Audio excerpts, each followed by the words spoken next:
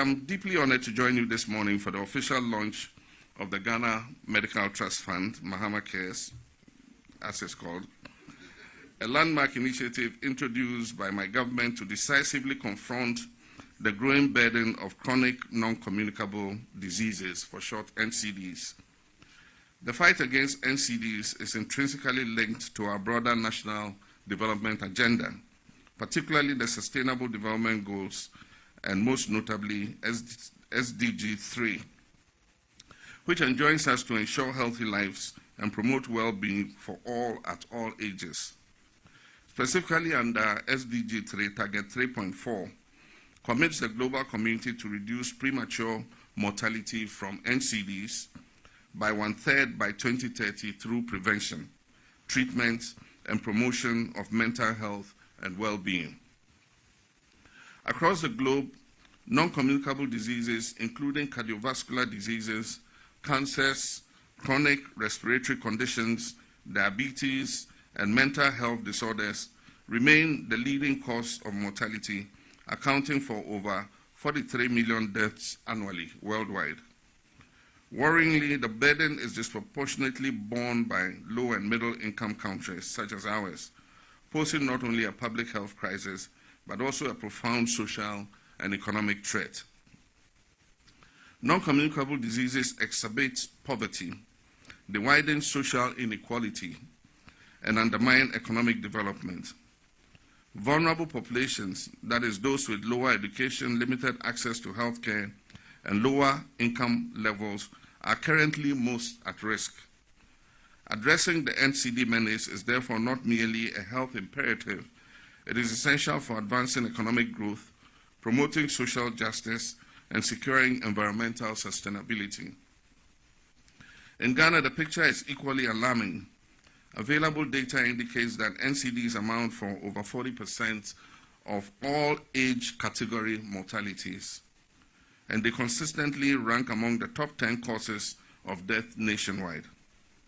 Even more disturbing is the steep rise in hospitalized cancer cases, which jumped from 3,487 patients in 2012 to 16,105 in 2016.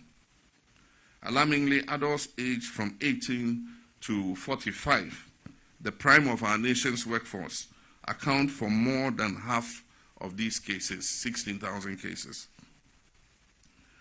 This troubling trend is driven by a convergence of factors. One, shifting lifestyles characterized by things like tobacco use, alcohol abuse, unhealthy diets, and sedentary behavior, and also increased environmental factors.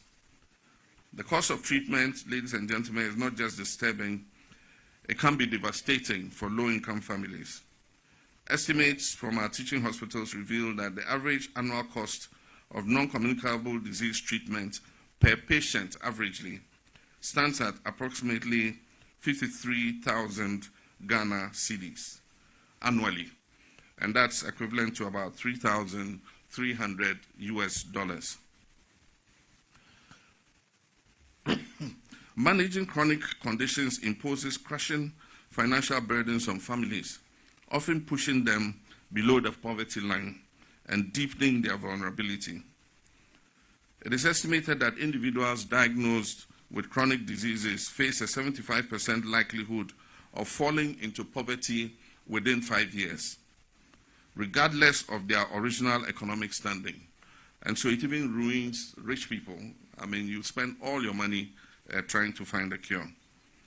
Those battling kidney and cardiovascular diseases are reported to spend between 70% and 95% of their non-food expenditure on healthcare alone. Older adults living with chronic conditions spend 5 times more on healthcare than their healthier counterparts. Despite the important strides made through the National Health Insurance Scheme, it remains inadequate in fully covering NCD-related services and medications. In 2018, around 48% of all NHIS claims were related to non-communicable diseases. Yet essential services remain outside the NHIS coverage, leaving families dangerously exposed to out-of-pocket payments. It is against this background that shortly after my election as President, I directed the Honorable Minister for Health to initiate the establishment of the Ghana Medical Trust Fund, a commitment captured faithfully in the 2024 People's Manifesto of the National Democratic Congress.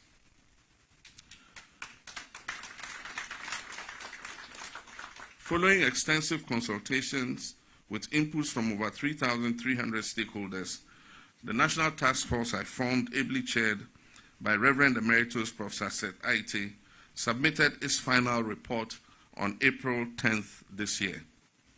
I'm pleased to inform you that the accompanying draft bill, as the Minister said, is ready and will be presented to Parliament when it resumes at the end of next month.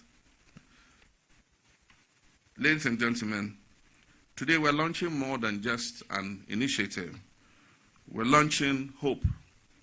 Hope for thousands of Ghanaians living with chronic diseases. Hope for families battling the overwhelming costs of care. Hope for a future where the quality of life is not determined by one's ability to pay for essential treatment necessary. The Ghana Medical Trust Fund will support specialist-level treatment for a range of chronic diseases, including cancers, diabetes, cardiovascular diseases, chronic kidney failure, stroke, and other complications. It will also progressively expand to cover convalescent care, palliative services, and home-based support. Support from the fund will be based on formal applications, carefully vetted, and will focus on costs not currently covered under the NHIS. The fund will operate as an independent statutory trust, governed by a board of trustees and supported by a dedicated administrative secretariat, third-party administrators, and patient navigators to ensure transparency, efficiency, and a patient-centered service ethic. Initial projections suggest the fund will require approximately 3 billion Ghana cedis annually over the first 3 years. And as was said, the main source of finance is going to come from the NHIL, the uncapped portion of the NHIL. It will also include direct budgetary support from government, voluntary contributions from corporate institutions and individuals, grants, donations, and will also be able to invest in order to raise income, investment income. Strategic procurement measures such as access pricing and framework contracting will ensure that essential medicines and diagnosis are acquired sustainably. And so I spoke to the minister and asked if we couldn't encourage our local pharmaceutical industries to increase the availability of generic drugs, which are much cheaper than the imported drugs. I know because I paid for my mother's diabetes drugs, and I know the difference between the imported drugs and the difference in cost. And so if we can encourage our pharmaceutical industry to produce generic versions of those drugs, it will bring the costs much lower. I wish to commend the exceptional leadership of the National Technical Task Force, chaired by Reverend Emeritus Prof. Seth Aite, and to extend my heartfelt gratitude to all the professional associations, religious leaders, our development partners, and citizens who contributed their expertise and passion to bring this initiative to life. Your dedication has translated a manifesto promise into a tangible, life-changing reality.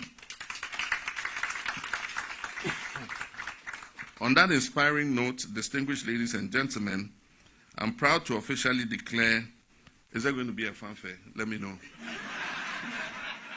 The last time when I was just declaring something launched, then I almost ran away from the stage. Okay, there's no fanfare. All right.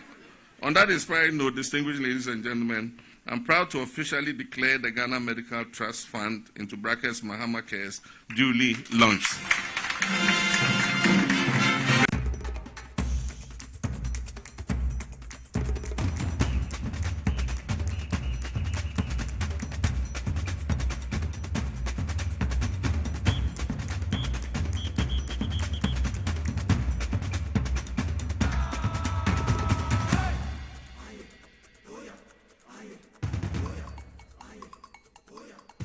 on TV as well as and also on Power 97.9 FM, the hottest and the biggest conversation in Ghana inside politics in a different city, 37 Abebe Street, the heart of Accra, Wusu, editor in all the 16 regions across the country, north, south, east, and west. Maybe Abefabiano, a TV as well as and a Power 97.9 FM with the 900 million angels. Yeah, G. Gabriel, only do Omono, maybe Abefabia, a fire. Northern Regional Capital Tamale Demo Kesmi 107.1 FM Bole in the Savannah region Yinyanuma Omo Bole and in Patamunina Sono Omo FIO in Kilige FM WFM Ewa in Upper West region Boko Upper East region source 100.1 FM Yinyanuma Wo Zebila FIO Zeps FM Pusiga Wing Pansampa Wende FM if you want to call Western Regional Capital Takradi Sharp 106.9 FM Ziamel Mbele West End 100.3 FM Central Regional Capital Cape Coast Adom Sounds and Asinfusu and so Rich FM. If you want to Fibura Voter Regional Capital who are a global 105.1 FM Bono Region 90.9 FM on Soko and Ansoma FM so Ewo Nkra Nkwanta Yakwa for Regional Capital Goswa Nananum 92.5 FM station with ambition. Sani if you Echo Sanko so Aduno FM Muti region stations me and you Kromo Elha mo fire life. You are set 9.7 FM Okite Crash Honorable Helen Adwanto Soninura Dr. Asamoah Omota home. You call a year KFM or Pasa Omusu Kremna Boom FM Ewo Giasekan stations in our Ghana ya FIN life. You call Facebook Live Power 979 TV SYZ Ghana. Samson on YouTube SYZ broadcasting. Fire Life Radio Ewo London Sanso and America Memo Apple 68 FM Ewo Virginia Kwakusket and then Bratiano or more FIN life and area with a 900 million angels here nay womo etayechi yade and some and a ede ebra or sabre etu ato etu aka and area ya kaja nipa bebre and ahwe womo enkwa ewo eye ado nsawama ado district krobia ewo ho eben eye fotobi ya omutu anwa langas for no bebre ana ahwe womo kwa awie ya etu ato deposit for mo nsawam me ya so say nsawam for na kwa mabre to post for mutie bia na penny for national security mama munemu nyentia ewo saa bia no wadu samam hospital na wadu wani a kire se de wokọ abure no ye fra baabi eye photo bi around that area na no eho na atorenche semu yi esi ene awie ya mrate no bebre wo mo ahwe mo kwan tipa tracks awodo ya mo kwa akofa anwia obi a edwane wo mo run for their lives ene awie ya wo ye breaking news ya mede ebra wo ene ewo TVS was at na Power 97.9 FM so ene isasalesi John Dramani Mahama watimi alache Mahama case na chese wo se ensem we nyina no ayade a 2024 about to course on the 7th December 2024 no na yade a woni manifesto mo se wo ba obehwe sade be ya yade bi wo ho a eno no ne kon eden ehu sikatu aso eden ne mom no obeto futuo bi de ato ho sade be ya ebetumi ede aboa na wo ma omo ho saa yare ni bi no mo koye dialysis ne ade no wo motumi aboa enemu ama ono abu sedu agongu ya oda zero group of companies ano no so esan ya class media group Accra FM Kumasi FM Adesia FM number 1 FM any class FM Kumasi any stations awudo dagbon watermali stations awudo bebre wono na opanyia oda no sa papa ya fa na alaji sedu agongu yi wono so atumi adonate aboa saa eye Mahama eye case no fan na wate no honorable Elizabeth Ajare de ne diatum honorable Alessagba Fiani penifo bebre a womo so edi womo ede akwa boy sasalesi John Dramani Mahama amemu papa pa fie nyansa amemu ya ede ebra wono wanya president ya wode omani sika etena wenhyemu edware wom na one matratam we se waburu ni mu edi ebi we eya president wo fie nyansa wo president ya wo abadaye e ka wisdom a we number 1 wono entina Ghana fo yi yeto satena on the 7th day of December 2024 no yeto aba edi eyi no nti papa no ahobrase papa no ahobrase ne kasa eni ne su eni ne ban a na wo ya obi a wanya kopon ye wadom na appoint to say ko baby na kwaye adwuma na wo ye wadwene sa wo de ahantan ebekwa akoye ensemfo ewo baabi a de wakona eja mebia go so ewo Ghana ha no wankasa obete pe inti appointees no obi anya na dwuma ye wo ye wadwuma ye a mebetena ha meye dai mebo wabaso ni ata mu nyina echi sade be ya mu dwumadi no ebesi akonkan sade eye IGP opanyi yehunu was starting very well ya ototo enema ye ye ne hu se transfers ye de we kwa na ye de we kwa fight against galamsey no enema ekoso wo call eye CDS ne panifo wo call eye interior eye minister honorable Muntaka no Dr. Omanebo ama defense wo munyina do ma dwen aboma ha enei galamsey no the fight against galamsey no koyie papa enu ami hu se eye jandamfo no omuti mu so mo ba be ye kire nyina nipa 6 pen call ye no mo head call eye street to so kwasesa child for na Woma ba Ghana woma market nketi a year 14 years 12 years for no anu wom kwa hyehye wom tade de kata we ya child abuse e was supposed for ye hwemu pa efa ho kwada na katache kwa sese wom wo street so odo wom kodi demonstration echi wo bia akọ we demonstration we anfa anche agu post for kwa ne hu wom demonstration ye hu a ibo hu gwan wo bia hye tutum ko jan katache demonstration anfa obi ani wo fie nyansa ya to abade ayi eye president papa say na mo MPP mo kwa asesi an confusion atese mo party mo na obenante na abeti ahwa ne kasa katechie ye galamsey no mahama bae ye ne toma mahama kwefo na moto aba mahama mo be yesterday wo Ghana ha obi obeye de bia ye beche no misi obi obeye de bia ye beche no na abo papon na ye beta frɛ no ho ende ye beta frɛ no ho wo panyi pa na oda eye radio focus ano e wo London ene wo ha wo Finlandia abafi ha mesi wo Finlandia eden ababeduru fi ha eniema abrante we wo eye wo eye radio focus 4 Ingate place e wo Battersea Dogs and Cattle enche hwa abrante we he ka Magda enyanya me na je Magda police ni Poland ni abaya fa ne se Magda na wo receptionist e wo 4 Ingate place wo company omrofo nko na ye adwuma ho na panye wo da company na fa ne John Ogden ni chief aye engineer Eddie Ben Goodman eni penifo keka ho nyina agba papon etumi eni obi be kasa ha me de nantwi na mono e mane no ede sende ni wo UK e ma de nantwi na mono na srasra no so akwa korepo abaya no enei makasa asem saa wo afidie we so won sa ma fa ha se ma ha se kasa se agba papon search for job Ghana gas oba no office wa no opeso ne wo ye wo hwa we etumi nya audacity ekwotena radio so okasete amahama wo munyina wo yedede ebechi wo me kan wada fear of favor Mugabe na ka misi mu yedede munyina ebechi mo obi anya din na mo manyansane na memuo no Ghana fo hu a memuo ye ba ya be hu containers krono amabo enne be he fire service transformation no and I ma mawusi I started ye adwuma uko prisons I started ye adwuma enne wo be hu say fire enema wo mode betoto na kwemu no menua filling stations awudo ni bebre ebeka mo filling stations amowo Ghana ha mo bia filling station mo kwaje permit say mo de ba beto fuola na makobie eye restaurant at the attach filling station no ebi ya shawama ebi o a company bi I don't want to mention the names ni ya bie yes tanka no kura ekwa yes ye dey highly hot inflammable na musoja wo filling station eche nkoko funu musoja ewo filling station na mo ton shawama enei ye pe o my way yenti ye hu bi pen ewo kwa me kroma circle ye hu eje to filling station nipa dodo ekun wo mo ewo circle ye pese bi besi biem ye hu se video bi circulate e cover ene amaya to yen sa frem panifo mienu efi eye Ghana fire eye service so momra ntene wo DO1 MA Kosa where deputy director eye fire eye certification and ye wo DO3 Godwin Mensa Sedu Sedu na ka ho kwa ni komi no wono eye fire engineer eye into bracket eye safety wo mo be wa ha ene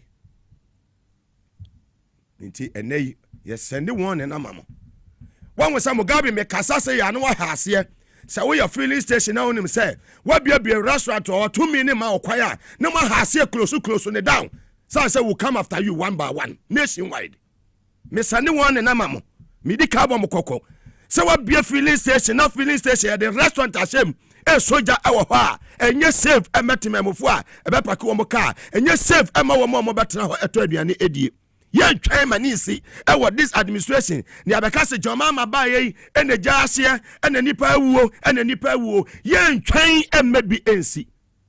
See, as a very good PR man, you don't need to sit down and let the problem come before you found a solution. Contingency measures, no. Was it timid contingency measures in go in yeah, try my name answer. Where your memo papa? Tiene ya mame a year mausi. Fire a year service a year director, right? Officer. My menu chief officer. Near bre papa. You have my for emu. And you hear my man for so. Woman say a basse na. Finish station na woman nim so woman o my yes adie no. No ma ha se kasa Mugabe no ha se dede. Wo boa. Ye betum, ye be close no down. Me say committee, me say me can without fear favor. Yes. Filling station bi wo ha na obi fie. Filling station wo be bia e wo say UP ni MP. Wo mu nyina ebam. Neighbors ne so mo that area no. Wo mu nyina twaka ewom. And no do a year I believe any nepotamo wouldn't baby kakra be near be a gas filling station. A jatoma mamu in a mubu. Filling station I be seen on featuring a jatoma moon in a mubu. Yet Germanisi.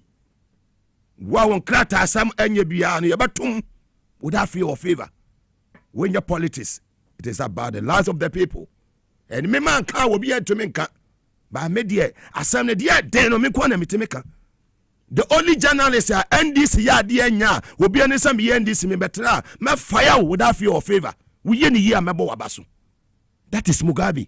That is the difference between many other journalists. Me so some phone so. We ye ni year mebo wabasu me fa woni wo position ya wo. Na mo majane chew dia. Hey, angels nya kan utuma. Na fidie ni yiwa. Wo bete pin. Enei mahama ke bibia koso kama. His Excellency John Dramani Mahama, President ya wadwene Ghana for ho, President ya wawa abadaye, wawa adwepa wo fie nyansa. Busumi ensia akatua. Ode to sa afutuo num. Ne de aboa tumi save lives. So we won per president we are president baby na wo pepe. President Odari Wiem was me nyari wiem o me buy no fa ko 900 no ya na president ko photo ya na president me se batu ya no use no eno an me use na na do de no so mpe ono na na do ahon fese be ma wo hwe nanim ni na ti ko se de ne ho si efei fa ko 900 ya na na do no se vada no ba John Mahama Sremni ba wo free ball in the Savannah region of the Republic of Ghana no was fa ko 900 ne de medium ye wiem fo mepe. And now want to say, Yako chata a private jet bia at the basic Ghana ha. Near £17,000 and per hour. Waste of taxpayers' money. Who call for your service man? Woman here for your tenders. And that at that TTB, yes, you had the Metitians about women, yes, is a dantino, at 20 something. The Metitians, oh, so yeah, the Metitians about women. It just told last floor honor. Fire tenders na mujaya and nubi ni kwa kudumu. Muda atete na musisi no. Mu kwano se muja fire tenders. Ti be take John Mahama. So no the fire tenders beba. Na watumi ayedai muda na musisi no. Se ja eto ho a ne wonu akuduma ma no. We the difference between president a wo fie nyansa any president na nitrewu. Utimi ka. O kan they will come after you. Ba me kan obi atimi me na no. They come without fear or favor. Amideni ya tankolega biga. Tangano, what you say? And a collega no so what you say. Mission Vivi, o ba onko. And they says my secretary. His Excellency John Dramani Mahama, ya tufu tuonum. Yet here His Excellency John Dramani Mahama, President of the Republic of Ghana. My long-standing friend and mentor for the contribution he made. Prof. Aite is a retired specialist, emeritus professor, and very well known in medical circles. And so when he gave the envelope, I mean, for a retired pensioned, medical professional, I was curious to see how much he had given. And so after I took the check, I gave it to the health minister. But after a while, I collected the envelope back. And I peeked at it. And he won't want me to mention it, but I want to say that I was surprised at how much he's giving. Society, a doctor on pension has given $1,000 to Ghana Medical Trust. And so that should encourage all of us and encourage, the corporate institutions to do even much better. But on that note, I also, as the initiator of this laudable program, would also have to give something. And so I've pledged half a year, 6 months of my salary to Mahama Cares.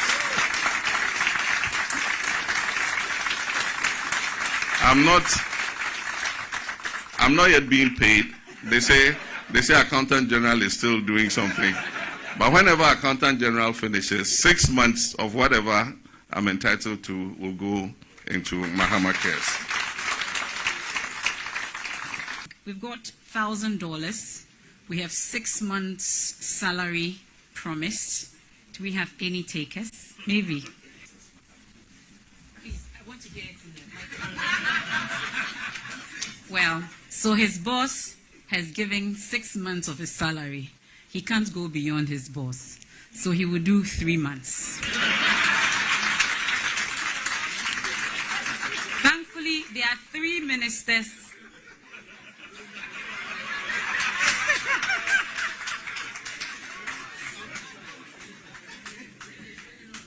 We also cannot go above the Minister for Health.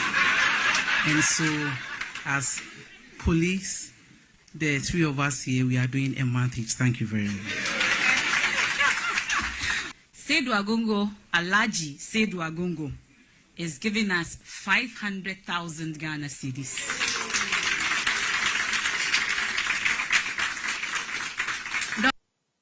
Alaji Seydou Agongo.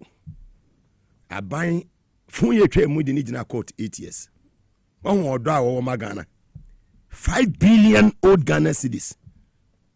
Mahama Cares. Honorable Seydou Agongo. O de se nyame anhira wo se me se wudin Seydou no eye nhira. Me father ene me maame the first born me nua ye funu ba komu o di Seydou. Alaji Seydou Agongo nyame be hira wo saa. Na next week mo beti breaking news. Ade bia wo ba be ye mo beti breaking news. Wo papa we Alaji Seydou Agongo nyame anhira wa menti ase da.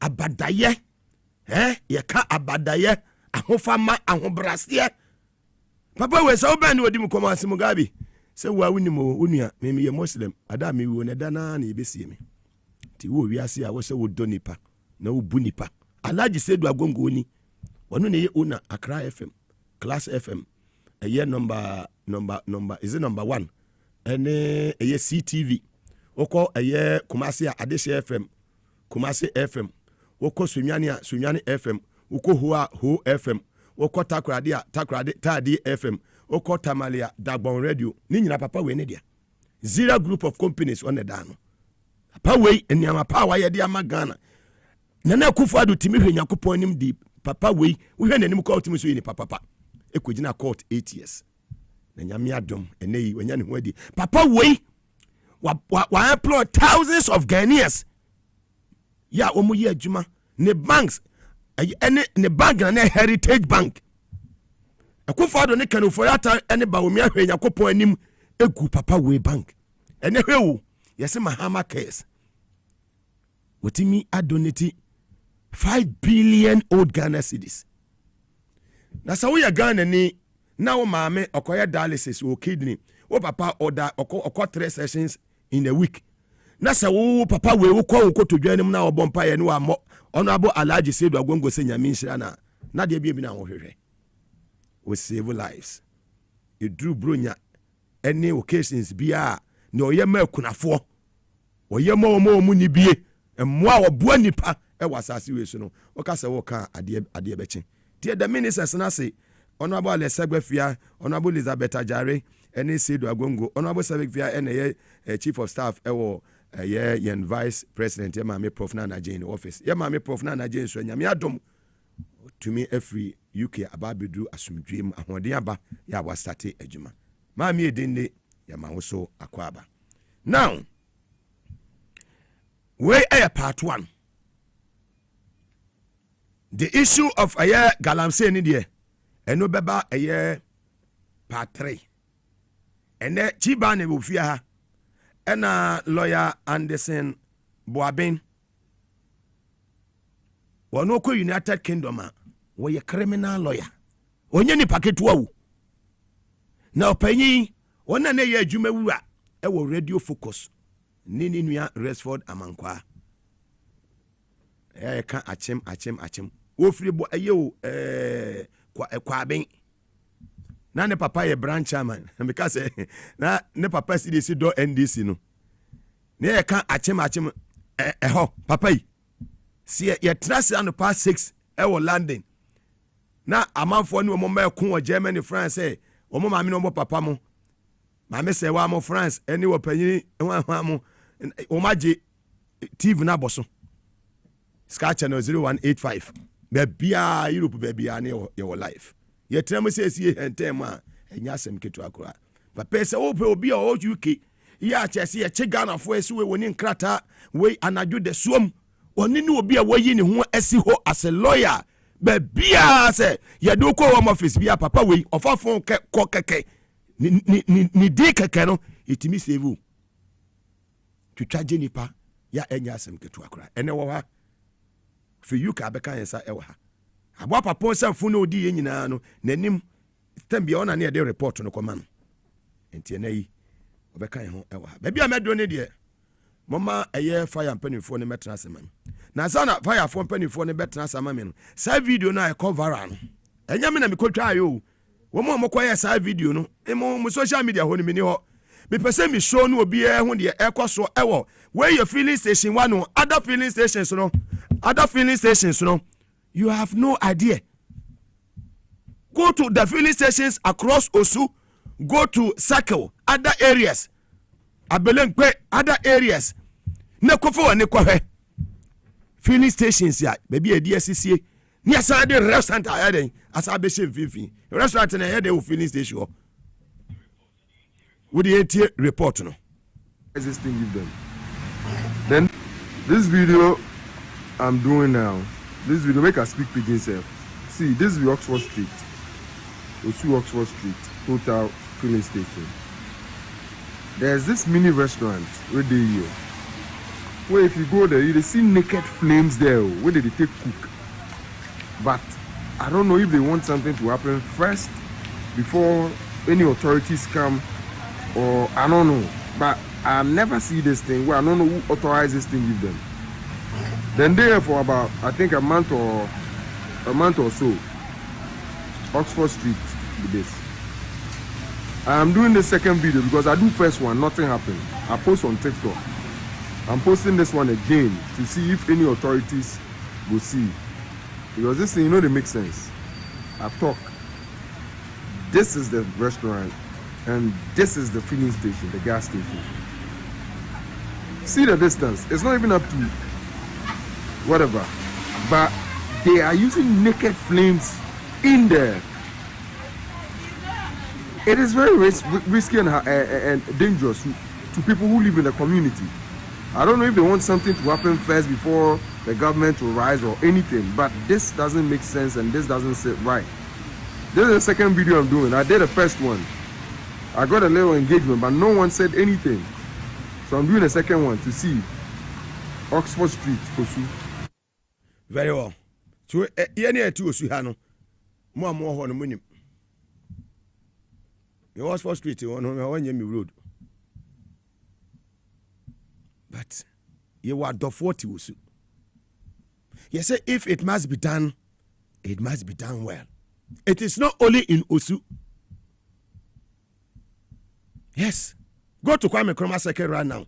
There's KFC inside the filling station, KFC, inside the filling station, Kwame Nkrumah Circle, maybe a black market for no, inside, go to Kotobabi and other areas.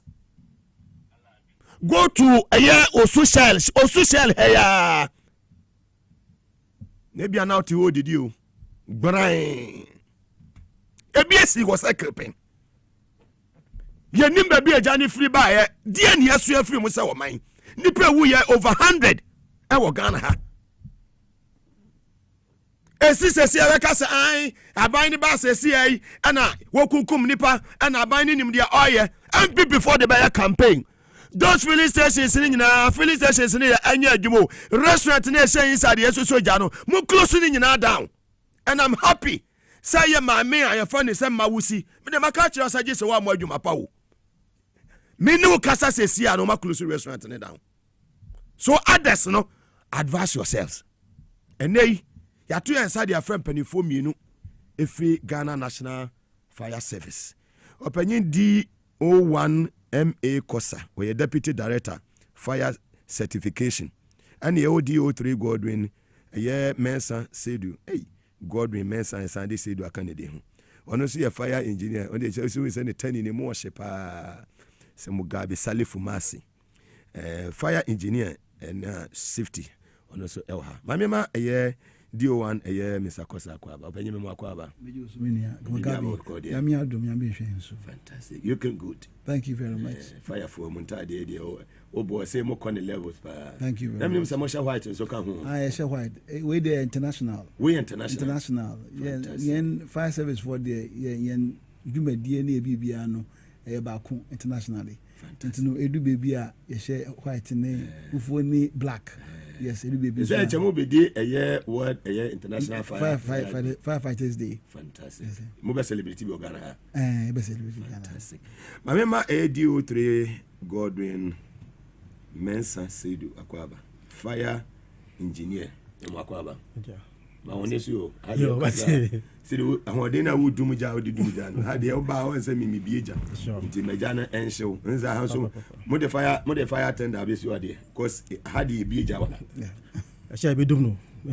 Is here my day? Be dumno. Fantastic. I'm sure I say free a year, Miss DO1 a year Cosa. And then you TSM with the statement to be about Mountain, and I want to such as you bet me a Kaisa statement and sign your share. Yeah, Mugabe was say, Mechi, I shall phone it for you now. Fantastic. And Mugabe was the which I say we are genuine. Fantastic. Wakuma Pa say Ghana be Koye, Ghana be no doubt. A Casa Cross. Into no what no, but boy, Sadness, so boy, yes, I was a me back now. Me frère moi I am Jumano.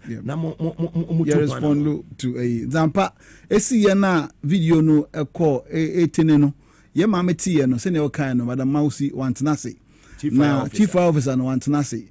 O two yen say uncle name question say near costono one and no crana na ye assess yen share the risk levels. Na yen 200 more say be closing na including that, but before then no ye ma be chief officer no on some to be tuja eh in there na mabon tofa statement in there. Fantastic. Also, I wish to address growing concerns regarding the recent activity involving the use of fire near fuel filling stations. Reference the video circulating on social media concerning the use of flames by a mobile mini restaurant operator at the premises of Total stations at the Oxford Street, Usu. I have directed my men to immediately close down the mobile mini restaurant to avert a possible fire outbreak which would affect the citizenry adversely. I remind the public that the use of any open fire or open flame, including smoking, burning, or activities that may generate spark near fuel station is extremely dangerous and strictly prohibited. Fuel stations store and handle highly flammable substances, and even a small ignition source can result in catastrophic fires, explosions, loss of life, and severe property damage. Okosukase, my teams are actively monitoring compliance with fire safety regulations at all fuel stations. We have heighten inspections and are working closely with station operators to enforce strict safety measures. Any individual or businesses found violating these safety guidelines will face serious legal consequences. I urge everyone to exercise extreme caution and to report any unsafe practices observed near fuel stations to the appropriate authorities immediately.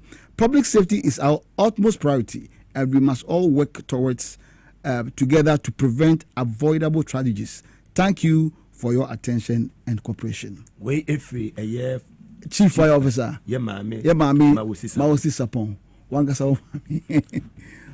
Some I've heard a video we call Varano in less than 24 hours, but taking action.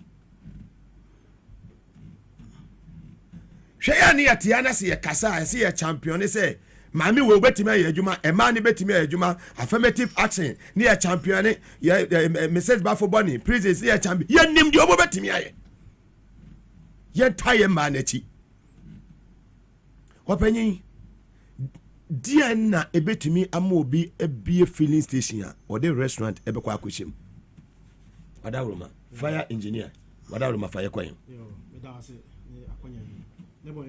Mame Chief Officer Daniela Maase into Sapon Ase. So my akwanya you say the deliberation Jimmy good. Well, filling station no answer the best site no. There are laid down rules and regulations are also follow for the siting of the filling station. It will submit obedient plans in the fire perspective. Also obedient plans now, then we'll go through to see what the plan entails. Go through building plans, that's approval. Whatever is there, for example, Lube, Shell, there's a Lube stores, the filling pumps or filling station Casano. It's what is required. Then we'll give approval. However, before you can make any alteration to the filling station after it has been built, or say or seeking for an addendum on the fire service, any other alteration, exactly. Mm-hmm. So if open say abi awasi filling station now be open say o see before for enka ho a or say o tro eba fire service say open say o see before for enka ho na ye emba assessment and say let me go ahead say obe say there no, but I can say authority say most of the filling stations now within the premises no, it's an afterthought. Omo we are omo secure consent we want say omo ye wie omo ya wie exactly. You see we minister bidia we a former minister bidia we a MP bidia na say chiri nti obesi awie na afi waba no we say order from above. Good. So in the challenge I face no, but since I'm no I'm a say young call run and monitor and take necessary action to know using heat sources near filling stations is prohibitory.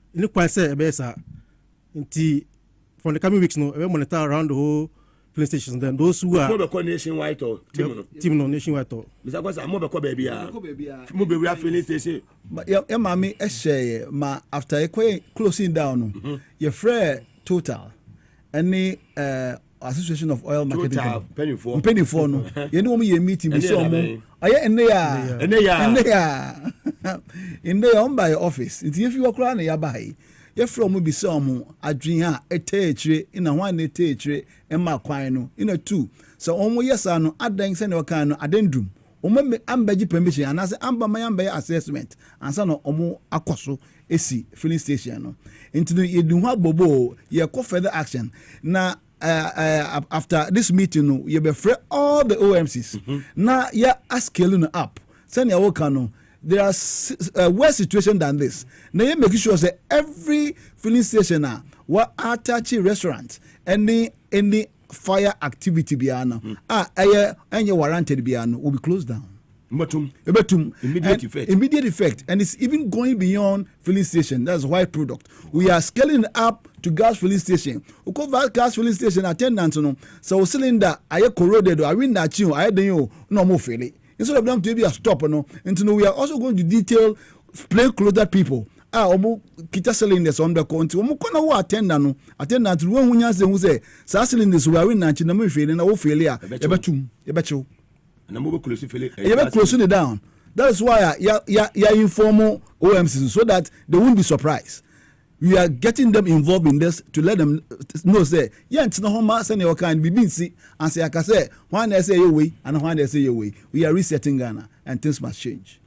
Dear Nama, dear the betty mamma is a market way, a jatum, I see Bibia, to see the Sea Kumasi, a BC, Ewo, a year, Malata, and other areas. Well, I say market way, jatum, Nancy, 3 days ago, Ewo, is the last Palmas, a year.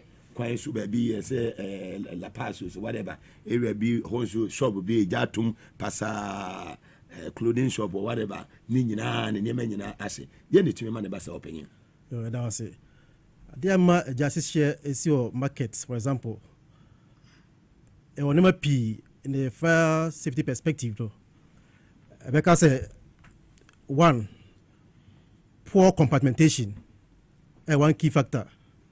It in my journal is here and now spread it from one origin of the fire to the other.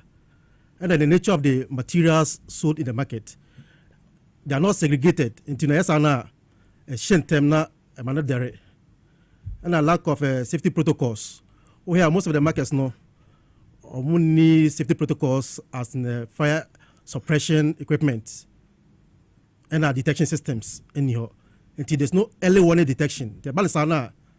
Jano estatia refitia na ashina edere. The lack of safety protocols are jomno and of course this market issues. More big market I would do like Kumasi KJT market, ye call a year central market, ye bar a year Techiman a year market, near bar a year Malata, Kaneshi, any other areas na. Ubi our war sa shops akesi. Yana a advisable say. Omo ede bibia gas way cylinder na asa di bekwa kwesi shop se bia me ye aduane e wo sa market kesi no say would the winya first aid extinguisher send your can but ye to omo fumpo say send your marketing tie no enye segmented ye etuafra ye bo mu say bi ton carbide to ha ina bi nu aduane wo ha explosives energy ekeka nti ye ka say yemma kwan ma wonnua eduane wodwom ubetumi anua na ofi na wodi aba na ya yemaki a place bi a far away hu say won ya risk assessment hu say yes we can share concentrated in our call na ade bako a ha adwen ani asoden ubo techiman ina me regional municipal command wo techiman na me hu say say start say you bite me catch a chief executive then chief and friend honorable Donyina because say I would be the first commander ma arrest who physical planners any because any mpenifu a wo ye responsible to ensure say recommendation they are not being implemented because if we if we are brought the recommendation that's we implement it no we share here for example say yeah creating access routes na uwama kwa na wakwaji ticket na wakache bi so onbet na no unblock and that does not help into the multiplicity of factors electrical illegal connections cooking in the market and many overloading so many things that contribute to market fires na mfeel say yani igusua yani assembly so idin sa also ya say ya the number 2 na say ya mami adawroma wa constitute task force mubaye ya so fire chief ya adawroma nwa ya obaye na wa constitute task force na maso adawroma me say am pickups na say government be ma fire service pickups are you be market surveillance I say no so mama ban oh yes na say pickups ba you say ya mami adawroma aka fire tenders na beba o me pickups I say enche bia o na say pickups na ban dey fire tenders be dey abedi e o me lunch I say market task force lunch impo uba ya adunu a esisu I say rubber katakata ho a o mo branding na brand news eba I say ni nyina nyame adum ya mami initiative aban so etie na supoma odiamant we are going to scale it up and ensure say there will be 24-hour surveillance na a complement 24-hour economy na make sure that the country is fire free and the economy will develop. Team ni benante a monitor market any 24 hours surveillance 24 hours Inti other filling stations maybe to sell Linda Domo and Pacific Honina, a quantity so you know you draw scale of preference and looking at unsatisfied ones are raging and order of importance or priority. That is it. Scale of preference. Yeah, that is it. Now actually scale of a hazard list no. They actually did war. They actually deploy everybody. They actually we have brought down fire outbreaks in the country to the benefit. So obi person will be a filling station. Dear and also wonya ansa na watumi abie filling station na areas ban na ubetumi abie filling station areas ban na wontumi abie filling station. Oh, that was it. No, kwanya. Na ma won so man wada. Yes sir. Okay. Ti ansa na obebie filling station. We hear permitting from various institutions. Our fire service eka ho. For example, MPO, EPO, Environmental Protection Agency, Fire Service, LUSPA, Land Use and Special Planning Authority. Fantastic. Almost in our home. To be here, permitting from all these institutions. Name Sebase, Ecosina Assembly, it will be a friend of MSC, Multi Stakeholder Committee. I comprising all these agencies. There's a need for us to move to the field to assess and say, the BIBC, is a stream traversing the plot now, and I say, or high tension cable ahead will not permit it to be established there. And now the zoning status also indicate the zoning status of the premises. We can't start filling station domestic premises. No.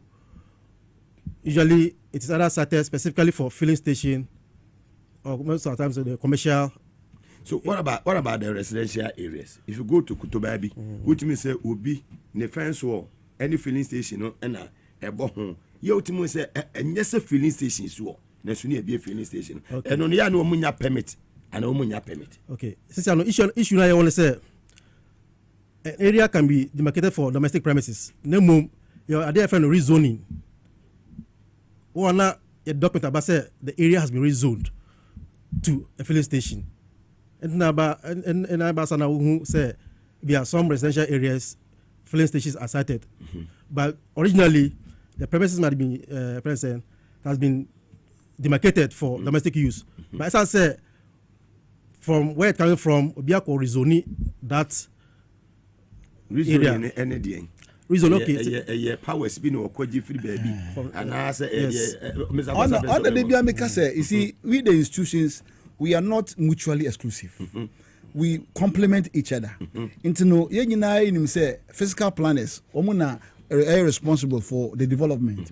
Into ozone say higher mixed zone, ozone say higher industrial zone, ozone say higher domestic zone. Okay. Into no say ebia omakwaji for domestic zone. That's who person will rezone here. You don't sit in the comfort of your office and decide unilaterally. You always have to consult, bring it to the table for all of us to discuss. You don't sit there and you alone decide that I am rezoning. Otherwise, you are not being fair. You are not being fair. We tell other stakeholders to ensure say we engage each other more. Until like you said, say ebasa na so deba na say ebia ayadea aboyan pusa. Then we all discuss it at the multi-stakeholder meeting and make sure that we create it. Into the Ebase fire service, we are not satisfied. We won't sanction it. We won't sign it. Wow. And the moment way. Oh no, oh yeah, action woman. Oh no, yeah, we're fighting fire before. Why regional commander before? Why safety director? By so many transformations into money in and out. Into now just say, oh no. Unfortunately, I had the opportunity to work on the hair before being a chief officer. On done a what debi. About 3 o'clock, 2 o'clock, no started frefrel. I said, you are always on your toes. Into the humanity, where be the chief no? Omo fu say, or your band no, on to me no. They will be laughing at the wrong side of their mouth. But advice Ben and at the man union one market I would on. I think say we no what say a header is simkunya na etimi emamo. Platform be at least every week be amutimi baha 1 week na mo be dedicate amount for because fire na ya dia eda me papa is SLC John Dramani mama you say e jahye no ya dia too much in the country and the ba so say japade bebre amount for fi ni pewu and me hu video bi ya will be edi cruising ahye ne ma ene ne yere aven se tema yes wonya wahu sa video who dia sa video no I sad dia na akwesi be man wo da so ti ase. I feel that we are here to find out that I saw the video when I was walking into the studio. Very bad. Very bad. Advice be na mo de ma you na mechanic say fortunately your mami ya ne oye safety director no is good as intelligence on by kwachi LP gas you know you were perforated and corroded cylinders nkofo akoshe baby a omode epoxy perforated and corroded cylinders o akoshe baby omode epoxy esisia cylinders no omose cylinders we are omode akoma market akoton. Very bad. Into no sankofo na oma yeko chichi wo nyina into be se wo mu use cylinders wo market no mpacho men cylinder nko market enko no aduane. Fantastic. That's it. Opinion say do no dey kwan. Yo ntino we say wo mu no we live with risk no is within us, but your principle be a friend a lap principle as low as reasonably practicable. I try say risk na or within us no or say it me reduce risk no to a level that is acceptable or tolerable. You know, by fire individual interest and kwaya dia a disaster beba because of the societal interest is also very key. Very key. Okay. Thank you. Madam Maase, Meda Aye DO1 MA Kosa as a Deputy Director Fire Certification and a DO3 Godwin Mensa said you want to see a fire engineer safety. Beda Munina say for a year more time. Yame Aduma Yebehwe see bidding kita home. Yahe Kwaya Ebefasu Amojumano Sube Emre Ede Amamo. So as a platform say no Ayana Montaigne ya move to media educate among for yes so management a better say. They have quite a fast way to me, Abuamo. And then a brother, your name Dr. Solomon and Chichenko, ye bar, ye basin kunya, Dr. Anderson Boabenwaha, and a Chiban, so Ewaha. Yonko Solak. Tia says, Sebi, Udi dear, Bonessa liquid waste no, Efa would use some neighbor. And a solid waste and possibly with Jenemu neighbor. And Tisabi, Sir Johnson, I can a thousands and I say fee, ISP. Mugabe patro hunu oba wa prefi no wasa enwura no egu dasbin mu na the dasbin na sa akosi dining hall na say akosi living order ya enya sanete san say eye fin ya press de ko na yamfa saade na connect na osi apa ya hwe kitchen ho bon say ona ye funye bi ada because e fin bi aba ho the same thing na urine Johnson no ASP eni kwan se tie ho enti ehwale bi wa ha when you feel no blood and so junso cha where you electron na say pipe drop me say pipe na say mechanism ne say o kidney na say wasa no e say left right our kidney being say 1 and 2 on papa feeling in area zoom like container that's been in the blood away it dey gum see apart 2 hours ne so a e yes pipe na wa ase na bi na efa pipe mu na hwea na besne ko. Here's the case that nan saying u prostate ne enlarge prostate say wo dra I say be ring donut ntia I say toko dem finfin ene no na be wura side way try ho e the prostate when e ka say eye kese na say enlarge a outside ne stretch no na inside ne stretch ntina e ka sa droben we no e ka fam no e ka mia no e tina nan say wo jonso a yes o chimye ansa na pipe we bie ama jonso na besene ebi oda na nse onse wo jonso wi a o fuli se ebia kem esa se kopromu e bon kai se wo prostate no enlargement na say ayekese achede senkaye ebi oda na nse wo jonso a first pa na nketo totin wo the first pa na yeye maame ne papa no ha na ye ko skuzusa no se be wo gunsu a wo pagya de no hwe omisi a wo jonso ne ko na se sanisia na e ma ne twa kwase ba obi baku bie fa wo hon to form e be so just sanankeye no. Na say Dow Jones to Tortima, ya na a dribble. I say Kudus Muhammad, no way catch no. Na afisa be box and so sumu. A bon kai say o prostate no enlargement ne can a yacho. E bio da unya diabetic. Nanso unya 45-50 years equate. Nanso Jones so more than 3 times answer na de achia a bon kai say o prostate no question makabo. I didn't near cancer. Johnson and I said duration between 2 to 3 hours. It depends on what times I want to munzio.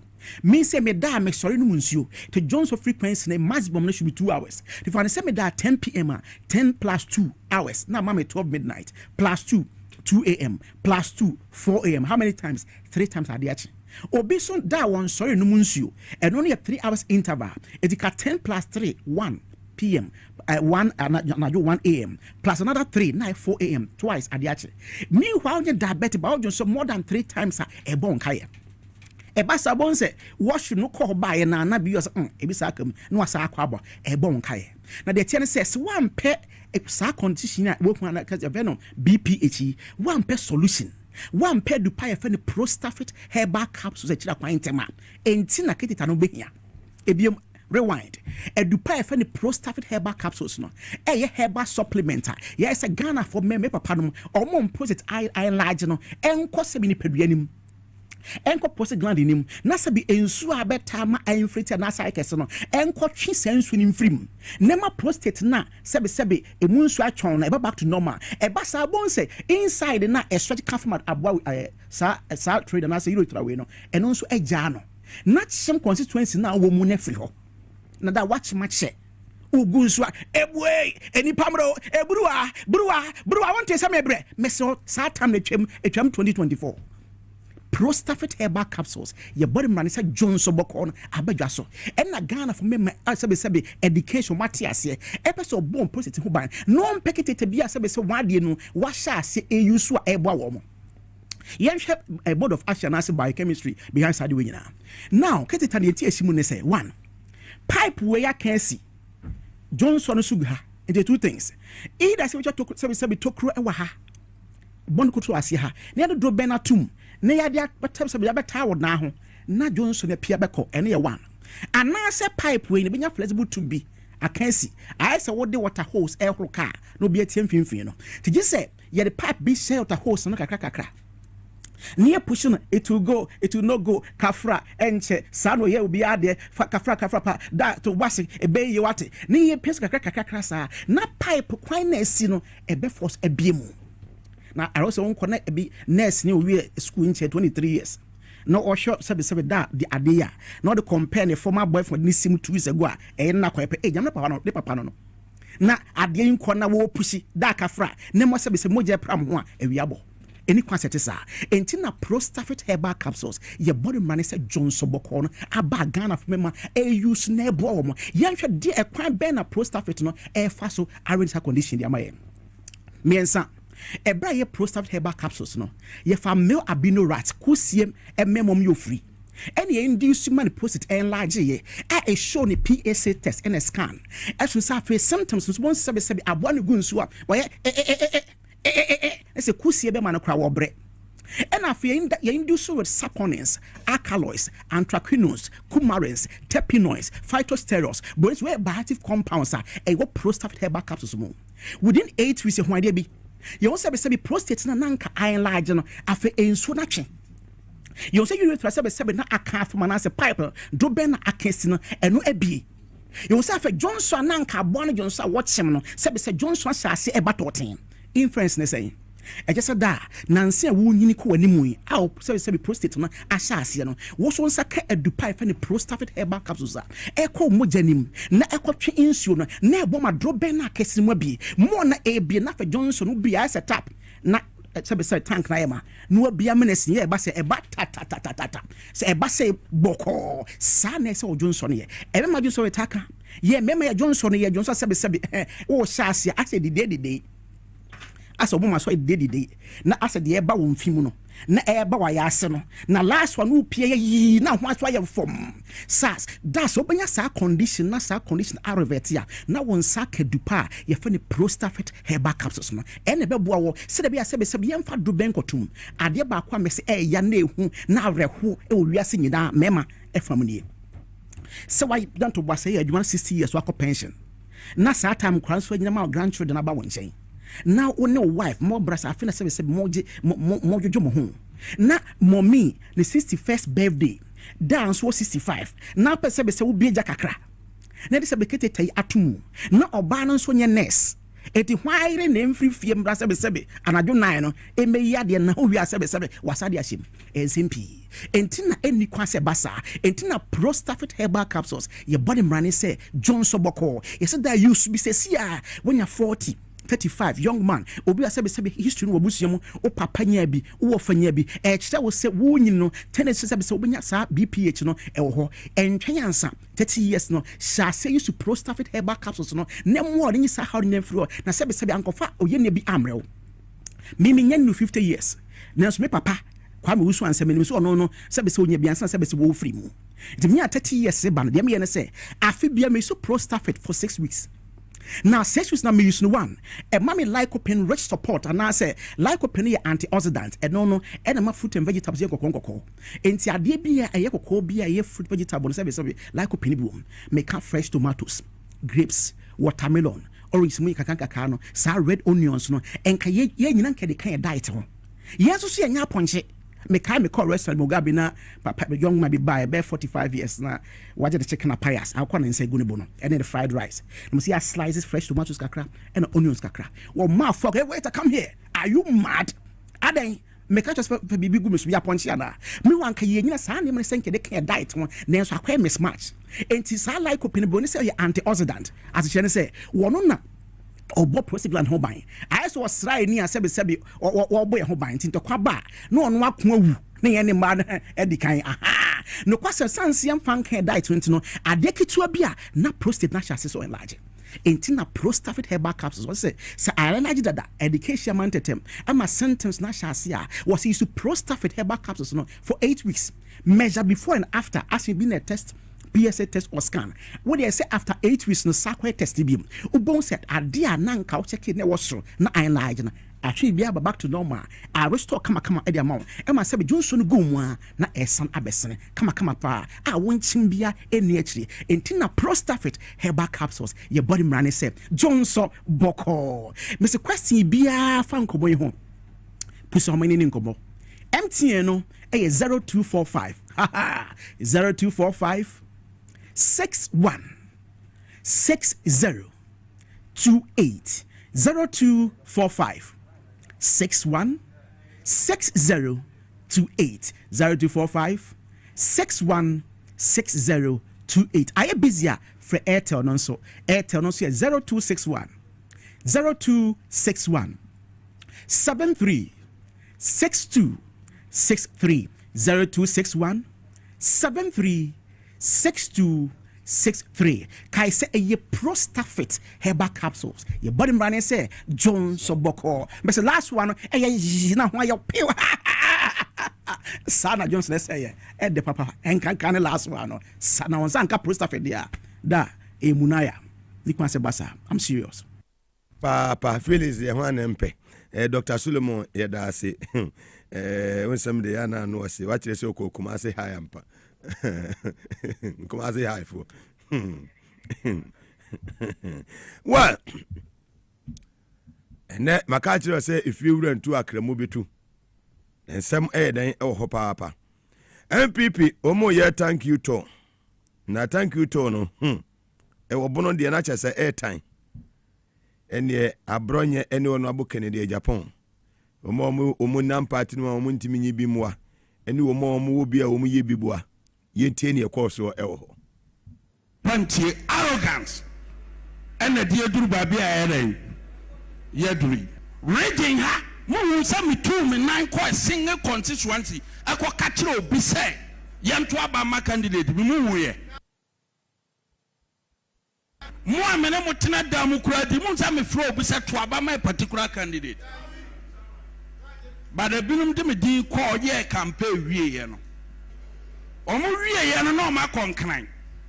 Abronya no na agibo mi campaign ayere. Ba no kura ne say omo ba mo ho campaign omo say abronya na soma mo. Omo say abronya na soma say ye me ye campaign ko meboa. Eyese mo di ho adanse ye say ma miema no amfro obi a. Sa nkrofo no so omo ye sa di me din ba ayere. E kina omo beba mo ho. But this time no omaye ma me buafu na mom mo obi nkodi obi atem ukodi do obi atem wie na so wie a wo se yankoye a unity I mean say unity no ayi moana mukreti Professor Makwe report or say ye kwa abatwa and sama ye kano and no na and this if we use it now we propaganda no be ya no dia and tna social media say who didn't panatem now ria wabakasa memfa wadamfo media. I'm telling you the truth obi anye beman chobia but party nti enipa bi tumi kasa te so mo member a back contributions here in Zika, and they talk as if the whole world is for them. It's not for them. And yet, a Kuruya, like some of them cannot even speak the way they speak. Because Bam Fia Kura Ufadi. If you were talkers, Maromo, and Baron Bay too long. You see, your Panokura, Mumianka, I will not respect you. But may respond to anybody, and yes, I can show down. Anybody akuma wasuru ekasa yepe memo party mu yankomo ye ma minisa wo sika minsire sika mo yefo promotion mu dibi kasa kokugudro so ye sika fo please who born dog number to me atoku anyhow who born dog number to me atoku anyhow kukuru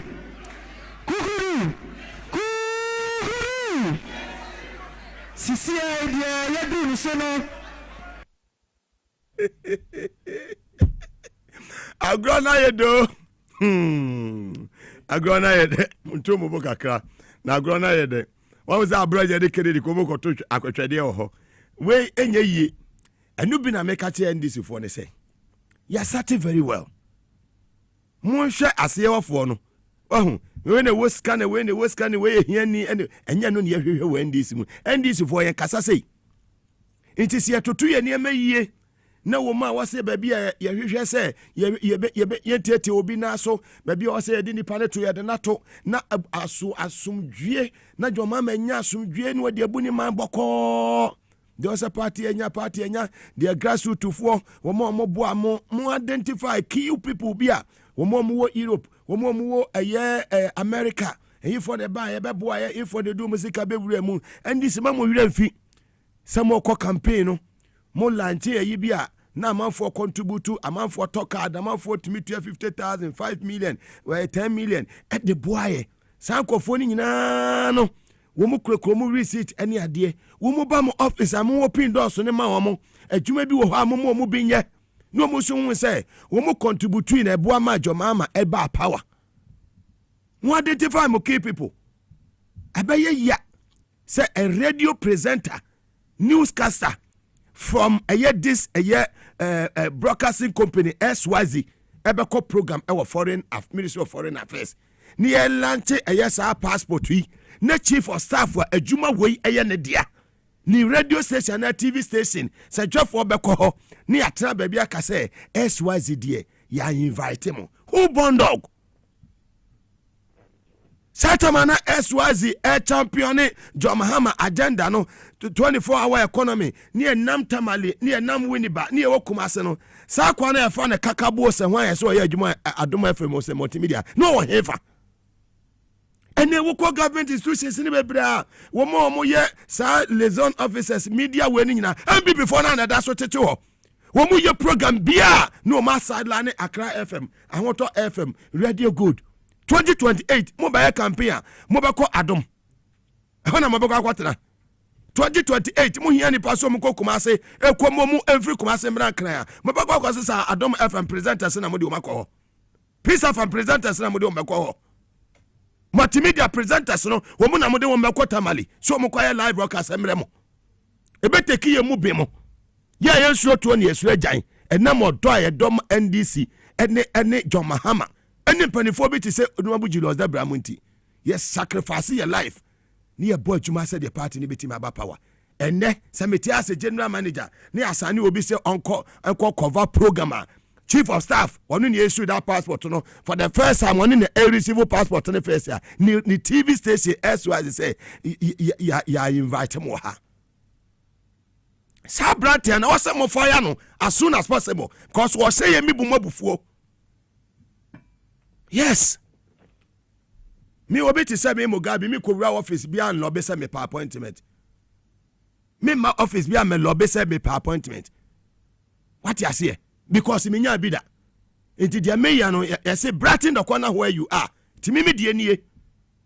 Enti bat ya boni aba power. There is no way, no institution. I'm sending a warning to them. So be very careful. So no one from this media, SYZ broadcasting, ebe where office be say, yeah, be cover program now. Baga bigger sorry say, yeah, invite him. LCBM. Baga bigger be and horse, sorry, LCBM. Me man can be a timinka. Man can be a timinka. But me na meka. Ye nam kumase. Near the hotel, near the 2 HSC, near Johnny Anajo, near Atenga Johnson, no to me the car HSC, that's how I don't ever for no more heaven. No more media for no more heaven. Cocoa program, I say, SYZ, I invite him. And you one and you two, all the time, news from out, no, we move on with the South complaining about fear. So me Mugabe, you met me call all the government institutions, I could catch them and say, move your program, I'm invite SYZ. Adeni ya power na sale motete am for to say the opposition one nkoka eh who said they say what direct institutions in say radio stations ABCD me ya juma wa radio gold no ansa na hana tete no ya foreign affairs minister no wo be grant interview to any media house one radio gold kasa on station bi ankasa mo kwanya mo checks na mo we onobo hana tete me say so be kasa e wo Ghana ha no on radio gold kasa nwie ya on station bi ankasa from an mama home so. Moving quite power and fast by. A bimun a year, Juma. When you're very careful, just 4 years. Maybe away here, I'm more ocean. But when treating me ye and now, don't expect to say, when treaty a cry ye and now, what you know, the support. Yes. Yet the Nibra Nekasa. Sabria make us obit in office when the woman and the Nimusemunian and Quasam or TV Soka. I don't care. Perfect, Macari. Yen ya Samija if you was a support to no succeeding. Sa gold board no. Was a support to a mono succeeding. It's a fine gentleman. But yen na ya more Samija if you ought to me succeeding. Said your man forces smoggy gold. Any gold business, this is almost no. I was yen ya sorry waka. Near Tassamija and Fiachi. Says upon why I say away day. What you catch you? Will be anywhere by Juma Pa. Memo Wabaso. Samija for about office, me seen office that. What for from a friend, I catch him, Muga. Petam Nebra office. Mum friend, Miss Ansem, in office. That's why Jumana or you near Juma Pa. It may be trainers and me fight this Samija Fia, not me any papa. Sansa will twana more pa. Yeah, can't be a to me count. What you say? Sami Jeffrey is doing a fantastic job. Take it or leave it. And then, good board for Omakasa. Me pesi etie de ekoso no obi asumie nasum. More fire. Yonko. Famiko good. Smuggling of gold is an offense under the Gold Board Act. Transporting of gold without authority is also an offense under the Act. Following the implementation of the law, on 16th April 2025, a team from the National Security Secretariat, assisted by some staff of the Ghana Gold Board, embarked on an operation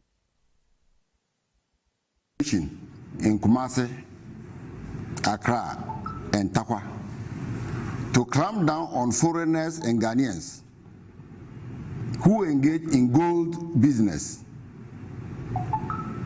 and their activities which are contrary to the provisions of the Ghana Gold Board Act 2025, Act 1140.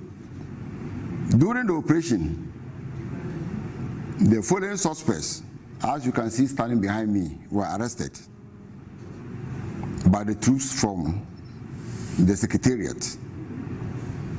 The accused persons are 1. Niraj Savaya, 22 years. He is a metallurgist. Then 2, we have Manish Damani, 42 years. Yes. Then we have Guntam Katria, 35 years. And these are all Indian nationals, resident in Accra and Kumasi, respectively. Preliminary investigations revealed that Niraj Savaya, Manish Damani, Guntam Katria, who, as I stated, are all Indians, are ordinary residents in Accra and Kumasi, and they are employees of Unique MM, a gold company with offices in Takwa, Kumasi, and Accra. The accused persons buy and sell gold using Unique MM, which they claim is owned by one Musa Salifu, a Ghanaian. Upon arrest of the suspects, the task force recovered the sum of 1,938,950 Ghana cedis and also 4,500 rupees and 9 pieces of yellowish bars suspected to be gold, weighing 4.363 kilograms. 2 money counting machines, 2 gold weighing scales, and 1 CCTV decoder were also recovered from the suspects. An Indian passport bearing the name of Daman Manish Kumar was also retrieved. Today, they were put before a court of competent jurisdiction and they'll be remanded to reappear on 12th of May 2025. Well, see ya, dear Shisha. It is a major feeling the team. Mubwa chumani say mamia. Nima wusa wo dojo mahama. Perfect. 5 for need say me jina mo boma mo ane say me jina mo boma mo. Na se wo yem obi yem mistake awanya na adwuma yi ne de hey. Wo bete pin. Enu ayetwa yete jandam ne bia so se obey demonstration. Na panifo be se o makoto no ma ne kwam se mo makwa no nkọ. Hwe o pe attention sin obi a wo Ghana me say wono edu anwumra wonama eye achemota wa no de motorbike 2 edi nanim nti ba bia wakọ akotena no na motorbike ni de nam hwi na betena ho oboso odan ho beduru wa no na ono ade ne kofo de na kira ate sade national security for we katacha fifa menu akuma mitufo atie me say national security for mu ni ho time o police for ni ho time and national security for ni ho time enu ti ya ka kira say demonstration me say mo ma ne nye na say Mugabe me lead demonstration Ghana how betimi dom Katachie President Mahama wonya 120 days crying in office. We so by demonstration. Once me 2 for 20 demonstration post for na wo mo be hwe mo so no mo kwa ne hu mo. Mo de mo fa video no to ne hu mo koye. Demonstrators no way. Ni baba ko pe ne gina. Asani baba ko pe ne kasa. Na se ye demonstration won kra ha na Mugabe mene empanifo same jafimu ni general mo fifi kwetemo ye di mu onabu haruna idrusu mo so hini mo na Mugabe won se ye di dom ni ma aya na hu ni sen mi shami fugu na won se ye di dom ni ma aya na hu ni sen we ye demonstration was so ye keke amana nya ko be de sa was so aya ni 3 days o ene kodu obi ani ho akom di omo obi akofie akom no mo di yewe akom ene omo di yewe enu ye akom di womo he tie di omo ye post for kwa na koye ko bom ho bai na post for betimi asɛ o ma daage akwa akodi sa ajadam fo we ati sɛ me ye demonstration ni pa ba ko pe na nam ho ye tie no if I can buy bottled water and my mom cannot buy bottled water, instead she is going to drink from that dirty river banks. I have to demonstrate. JM refused to put things in order. He goes murder pepper. We are telling JM we are Kenya. Demonstration won kwa na okoye. Woni katachi nko ha. Mon kai o mo na me so mo bedru 5 wa. Waste of our taxpayers money. Near the post for biblia kogu ho. Ni ase emre. Eya mo nyini free on we useless. Katachi ne kwa na da ase na we. Ye ni o mo ho time o. Me se obi obeye dede bia be che no. Midimafo ma ho say eye chief banya ba na ma hiti papa sabe poso hima be wura office bi ye say ye nimo can you imagine be poso hima be time wura yes ye nimo na mo dia mo famra me so de was so ya be man mo famra me so mi wura office ho a no aka tell say we don't know you wo bete pen dan na be free office ho ya tell say any the party ni ba power yes me nsajwe for na ye ka wo mo adwene ye ka wo masem hye wo mo bu na me ka ho bi me fire wa enko ba bi ya take it or leave it onkofuo bi wo mo si wo mo per transfer sɛ mede bɔkɔ mede ɔmɛkɔ bɔkɔ ɔmo sɛ hɔ deɛ na ɛfɔ ne ɛfɔ mo kɔ bɔkɔ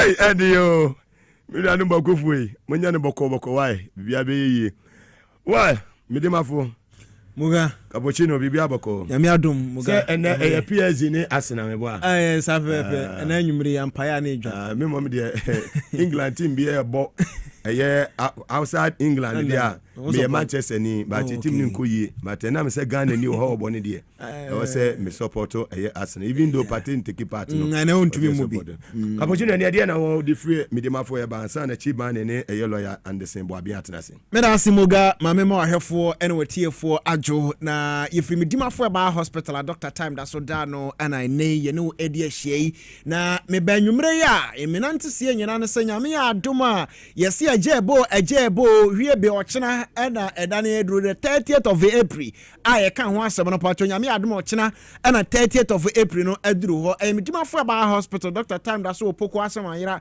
Kumasi abua kwa atwuma go school junction de tiana say ochena na Dr. Ka say enkranfo no obeche mom Easter achede no enti ochena on the 30th no pacho obia waba medimafo ba hospital na okute e card no o akwanya se unya television 32-inch television and a Dr. Echema akoma 70 and unti first 100 people are ombedi kan aba medimafo ba hospital amukuta Dimafo ba hospital card no pacho mo akwanya se munya sa achede ne bi enu nti ochina no panyame adoma ochine wukuo na se anopa na ekose opoko asema yira enu achino 70 television free wa 30 mobile phones and a Dr. de eche na enye mobile phones adwadwadwadwi bi na Dr. de eche and enye television adwadwi bi na de eche mpacho television e mo no sanso na mobile phones a new ones na Dr. de eche ni atia na say tambia meka se ekrom ha anase wiase obia ne wa ne hospital card etimi chaade anampo etimi jeje aburo ane nkate ayache anampo se kokwa ayatoto mpacho obia ne ho obi se hospital bi wo krom ha na se ewiase nyina ne card etimi apart from the Dimafo ba hospital and patch or be catcher me na me akasa me ma 2000 Ghana say me catcher us jefato insuo fa no me say me nkase say me Dimafo ba hospital ni atia no say the entire na doctor yes nyina no say on say ya na ka say enhira ya na bible ka say enhira no pata for what I say but the way the Dr. Time that's one pata emom no esan say adoye mu ana yenya enhira free and unti Dr. Time that's bre bia no ya adoye ya na nipa bi ntia se ka se wanya ma na broso mpa choti Dr. Time da so nya ma ne moroso na mom no sere be ya ebetumi so aboa obi entina Dr. Yesa ne ntina ebinom ho kire wo mu ana Dr. de ka akọ boa saafo no nyame adoma mpa chokina no pa yare be na wo so yare be na etete wo so yare de o kina wo nya no aduro mpa chokina tutu mirika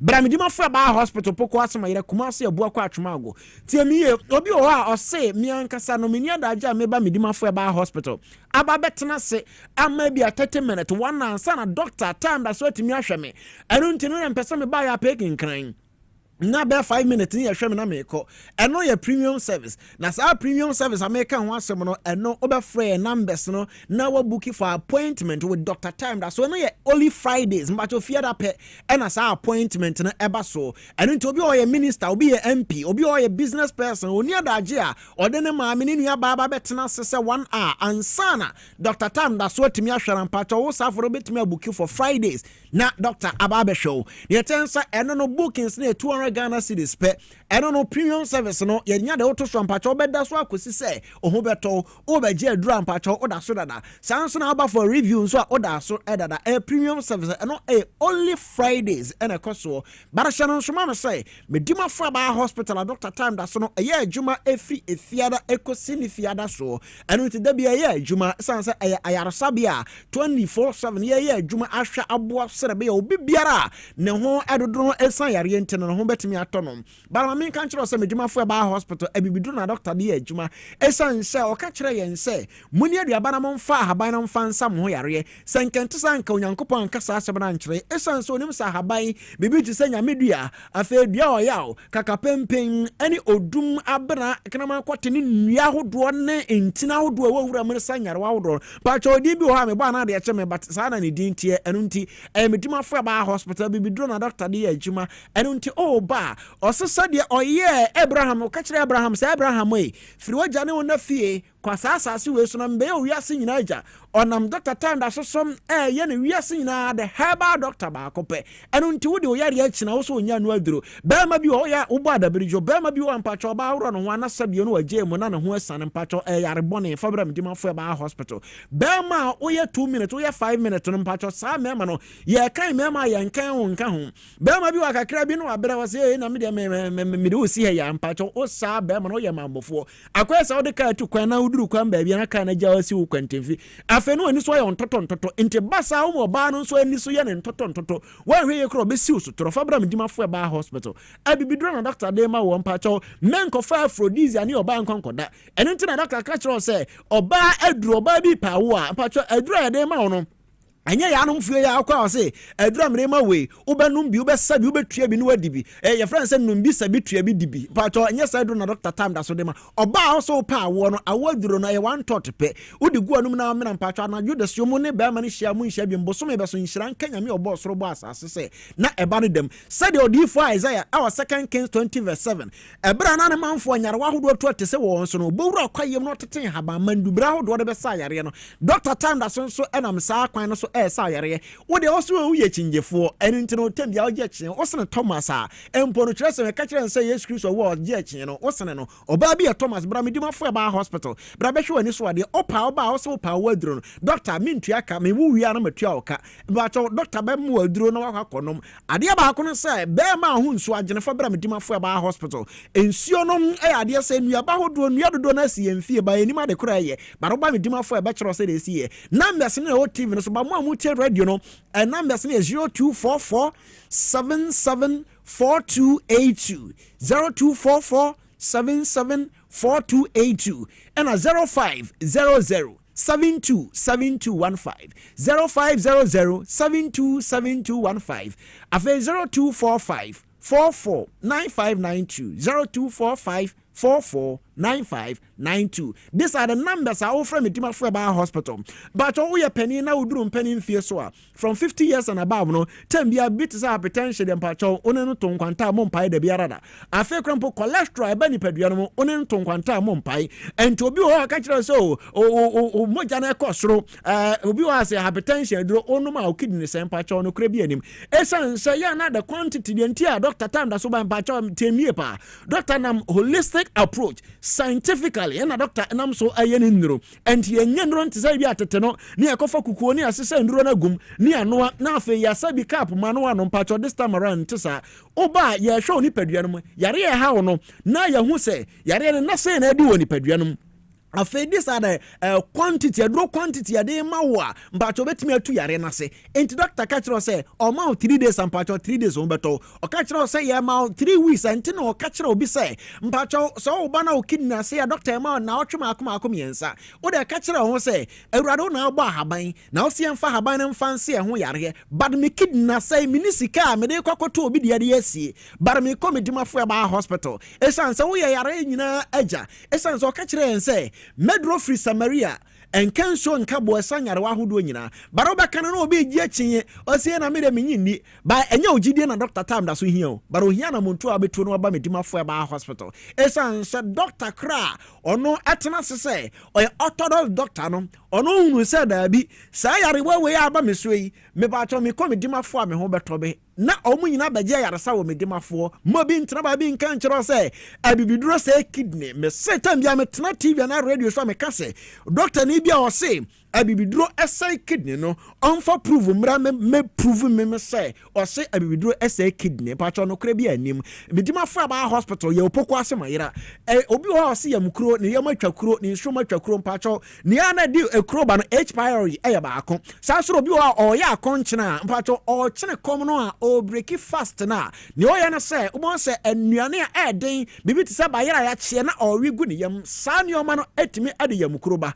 ana so obi o no painkiller no every day bia o take painkiller mpacho ye obi no mo ho a caffeine e wo painkillers no wa sa nneoma no tai fa etoto so wonya yamkuro e wo ne padua no na eno so de ekokokra o doctor time da so de so wo wanya infection na unim se nimtree aya aduro kese pa bra na doctor time da so mfa nneoma ma akoma konfamfra infection biara aba wo so yo ba wo ye bema oba bi wo bon se ho na nsu ogu no wo bon se ho na odwi na otiti na sempacho fa bra medimafo e ba hospital bema na phone no ebi o a wanya abrahaizia junso moja obi o junso akra na moja akra di akire anasa wo de na nkasa mpo de anya junso mo ne mo wakwakwati gono na wote ye na ade ba akonsa woti gono no nioma anasa dura wo yiso ye na antumi antuase ye amfa ma eno nti obe ma no fon a na efon ni atenso oba me dimafo ya ba hospital na afa ye the time de atoso na ya tuase kama ade ama e ba sa be ma na efon no e be tenten be kase 5 days na doctor time da so de ma so person oba ma ye kase 5 days pe eno de ma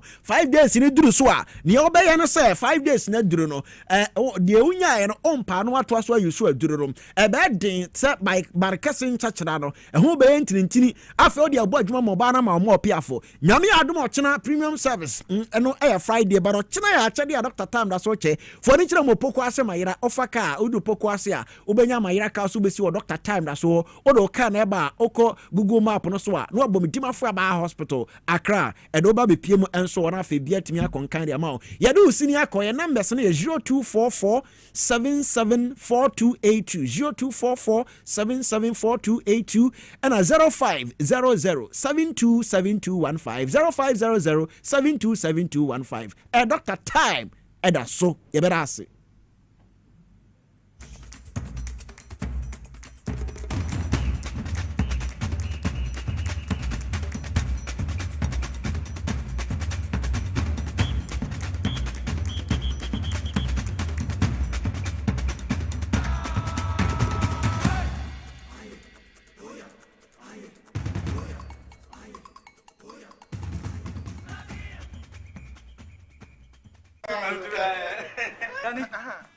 Mesi menana no aguru basa abi brabro tibedu emle no na ma brema ye.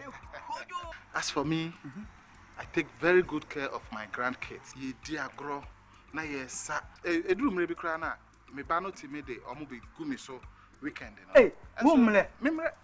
Eno nti na me ka kire o say. Ya no medi garlic capsules. Poso nyina ebesisi so kama. As I stand here, my doctor said my whole system has improved very well. Medi garlic capsules. Yes, Medi garlic capsules. Oh, sa na te pa dia. Mugabe Maase garlic capsules. Wa mamoja di nipadua ni mu efrusani ye na esiesie oba ne barima ma hon awodin. Ubenya edoi bi ato omanyi mu pharmacy stores frɛ wo 050 349 4885. Edroyi enya mamofra enye ndi fie dumienu apemfo ene emma emanofo Mugabe Maase wunni how FDA ajidwe di nkra to yi ato. The serene environment fits into the goal of the school, which is simply to provide excellent educational foundation for your ward's development before they commence primary education. At first glance, clearly you will see why the school is called Hebron Hills International School, as the building stands tall overlooking town. With a Montessori style, we have experienced and dedicated staff and trained teachers. Our small sizes classrooms are meant to enhance teacher-focused approach where children get one-on-one attention from the teacher. Hello there. We are open at 7:30 a.m. and school closes at 2:30 p.m. After school care is from 4 p.m. to 6 p.m., while early drop-off can be arranged at 6 a.m. Hebron Hills International School is located at Midye off the Nsawam Road, Locate us with GP postcode GW0688 GA West and GPS code 06884870. You can contact the school and make further inquiries on 050-876-2375 or call the office directly on 0302-918768. Email us at hebronhills.school@gmail.com. Hebron Hills International School. Excel and shine.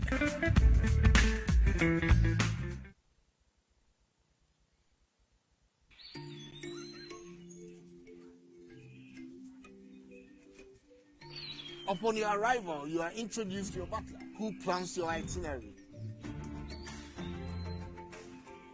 So many activities, all in the same premises. Visit the gym or the stables, they have it all. At my break, I'm able to practice my putting.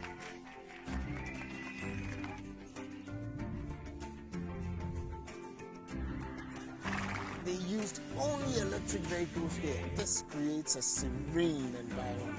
I'm told it's over 1,000 acres. My cabin here sits on 2 acres with a large terrace space overlooking my private swimming pool. Now this is royalty. They have their own farms, thousands of fruit trees. I can also have my lunch here at the waterfall. Quite a beautiful place you have here, sir.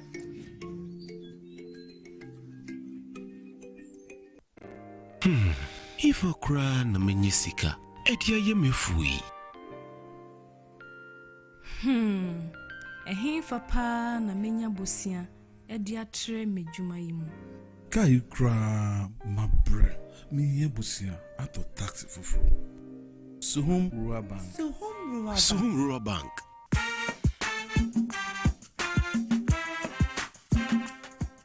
Yemamwa kwa baba Suhum Rural Bank. Ye won hye ahodo bi te se dwadifo abosia, ekokro bosia, susu account. Ene da so wo ho savings account. Me bada chain savings account. Ene de keka ho. Suhum Rural Bank was 03422919896. Na won so wetumi aka se. Suhum Rural Bank. Ama ene mayeka una. Suhum Rural Bank. Enti me pa minie. Suhum Rural Bank, growing our heritage.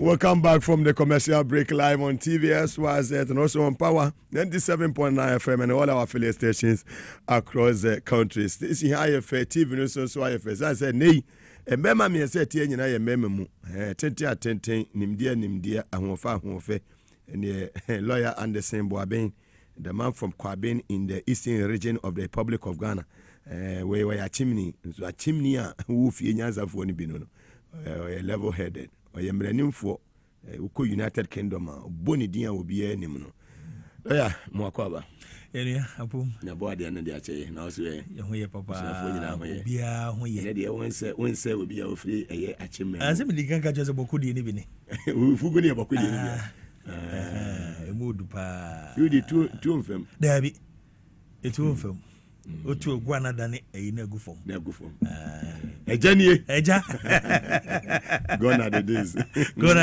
man gone are the days abaga na wati apaponka dabi maintain nka se ono no yewini ye no dwane ye o ewo UK ebe to me catch a rex on kanches obi anya ne hwe so kwa we kwakutire no so da ya wa abedwane obi enta we ni ada ya mpam wa ye bebu man so that ye be legacy project akasi yes amomana fa ne says for job no office wo ne man no ya no memeti anya mo na anya mo akura on se muga se wo ho iso ho na yesi Mugabe aba me fie wo bai ma 7 nam kakra na mbo Mugabe ama ne yeso enam na wa 7 na se kakra ye de be me fie ha enkola na wa ha no ntino wo we ni na se kati Mugabe awi ni nyina anya mo ko ni me se Mugabe de openam so ati ase enya mo me nuanu ko me no na ati achi so ho minim se Mugabe de openam na metie sɛ MPP for no a ne titu no won di ɛyɛ baomi akyi ne de ba sɛ ɔmo ɛkɔ NS office na ɔmo padwuma ɔsɛ oni na na ɔmo wadwuma ɛne nsɛm ka anya mmoa me hu ya na me hu ya sɛ obi hyɛda frɛ museum sɛ ɛbɛyɛ ampa na sɛ ɛbɛyɛ ampa sɛ he gave us that problem. Me yet the owner of Radio Focus, many Rex, now Yajuma Hono, or my problem. No, the station, you know, platform on the Mayan, who's any rent a platform free and go for beho. And on my premise, Spectrum Hono, yes. I come up, Pamaye. Dear boy, and say, na yet you fine advance, no one to me refunding. Yes, because na afi agreement no say obi misconduct activity bi a ma ye wo ho kwan se be nipa ne de ne akoso adwuma no person mo pam ye entirely oh yeah mo engage that is why he left the station and what the bag Ghana okoko gigi sika na aka ho nyina me no ka say speed travel for nyina on be dia dance okoko sika or the bag Ghana ha no me mete say gigi musika kojo unim ogigi sika nyina friends for nebisa no so it me tea say ya no communication I'm no these guys are heading for trouble won no we come kai no so babedu ya no call ho nunu mensa ho so one man say 3 billion as 4 billion na onko newspaper ai ana o si won do ko fa we nunu mensa me ko fa 3 billion na 4 billion we ana de abufu afia ti yanzo akwakoto ma FM and sema no ka to the late Professor Mills na me fa telephone friends and sema ka Professor Mills am sika pen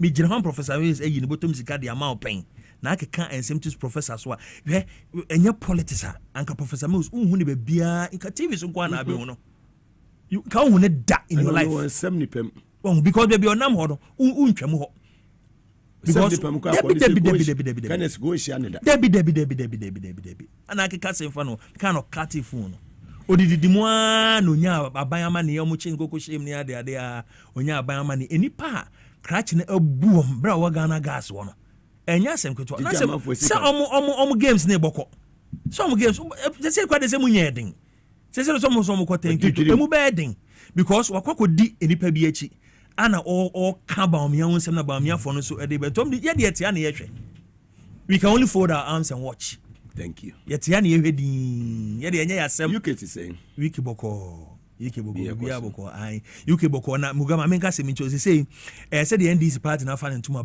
fro UK no enya agrokora say bie branches ma no ka say branches na do best 24 all over tell for ne be bia oh yeah na me fa sa akonya chief tie ana me bona baso na se mo be di UK kakra chief bani ai ebe ye no nyuma kakra ono kwa na obai no o say ono kwa na obai obetena kakra obai no what hin Mugabe me so betina kakra not UK oh no do to cross me bia so do ni asem ono obi ani asem ono obi aka debi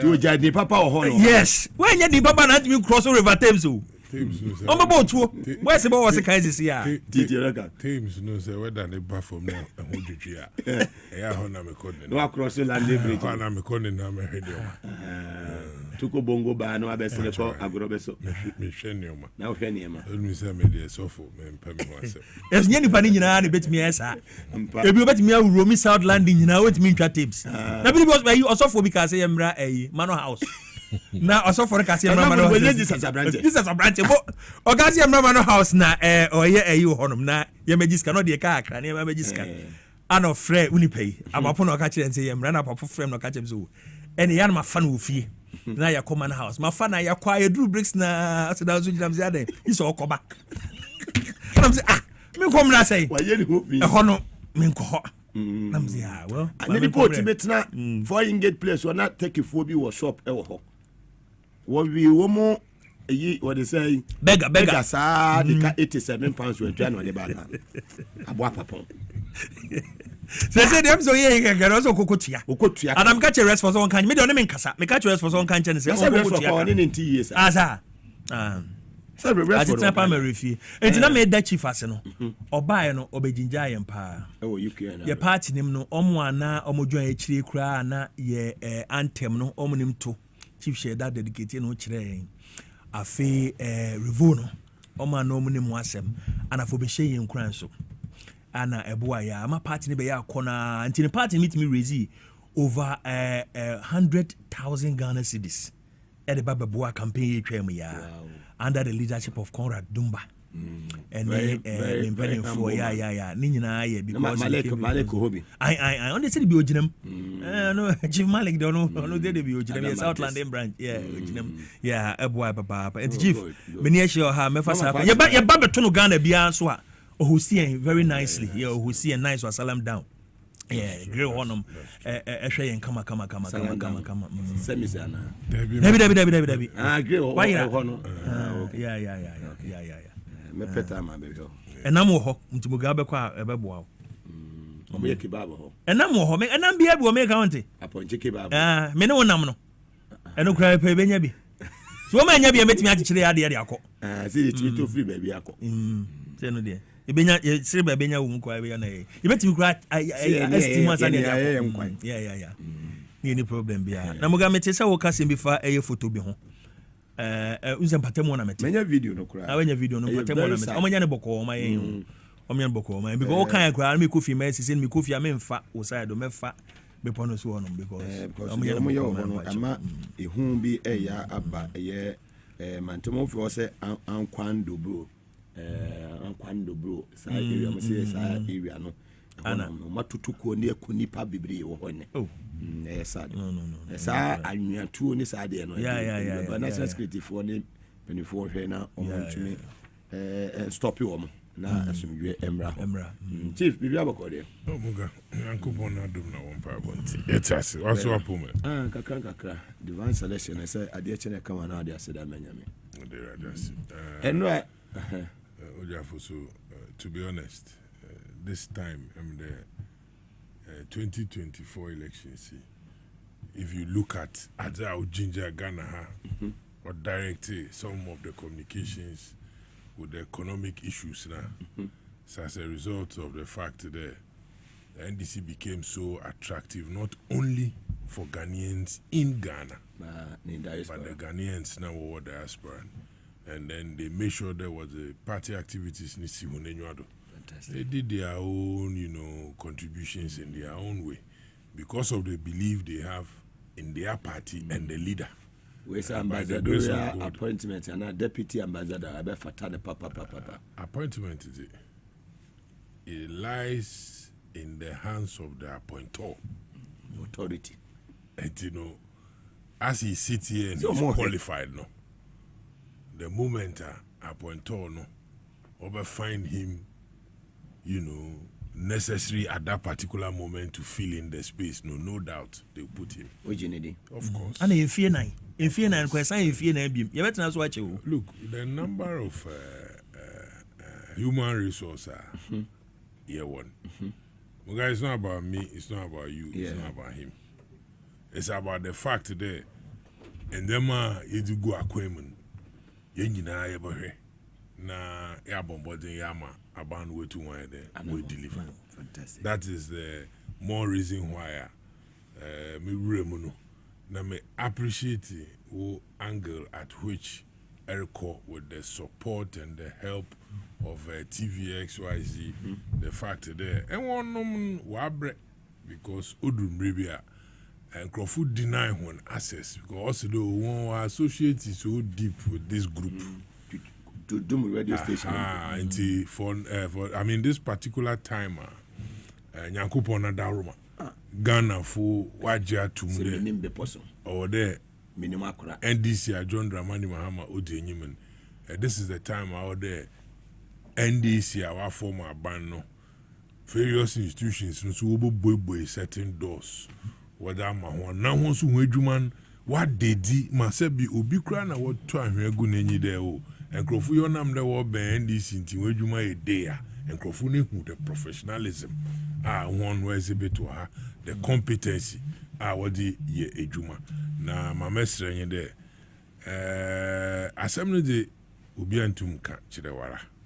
Na assembly ba, Bombode Naka, na Eka, na Enyabuter. Same there. Me baby ma, is he coming that some provoke because for you to come back with the bagger bigger from the other side to your own side, not the no, as I'm not PSO. It's in one way, say bagger bigger, yes. Now, say bagger bigger, and we know when to apply. No, bagger bigger, no commerce, kakabona, or no free adoma from our do foreign affairs, or no casse.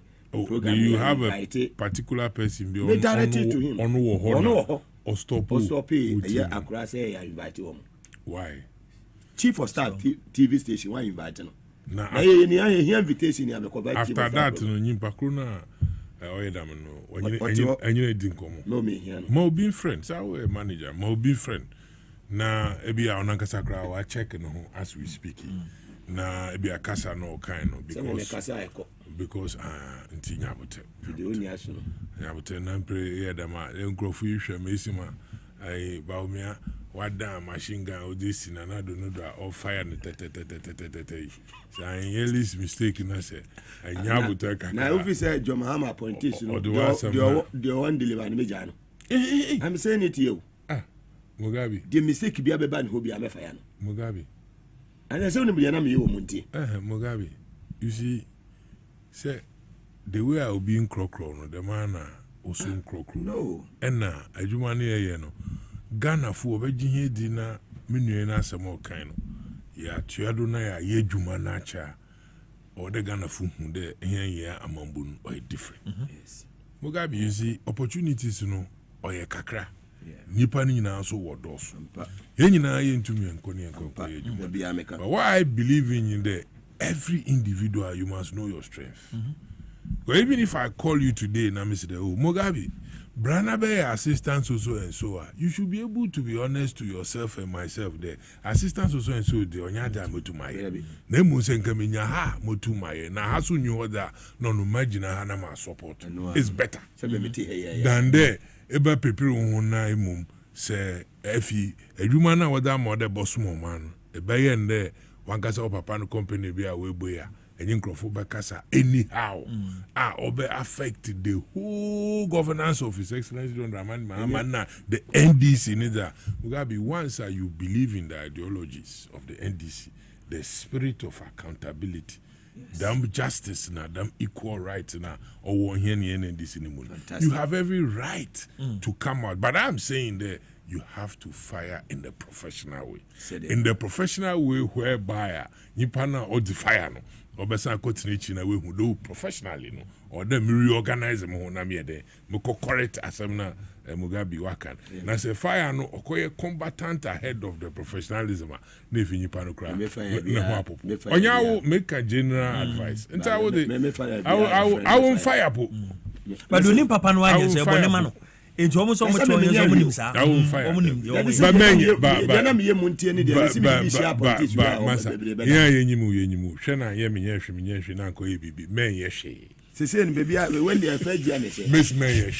holding the man. I will face gear. No,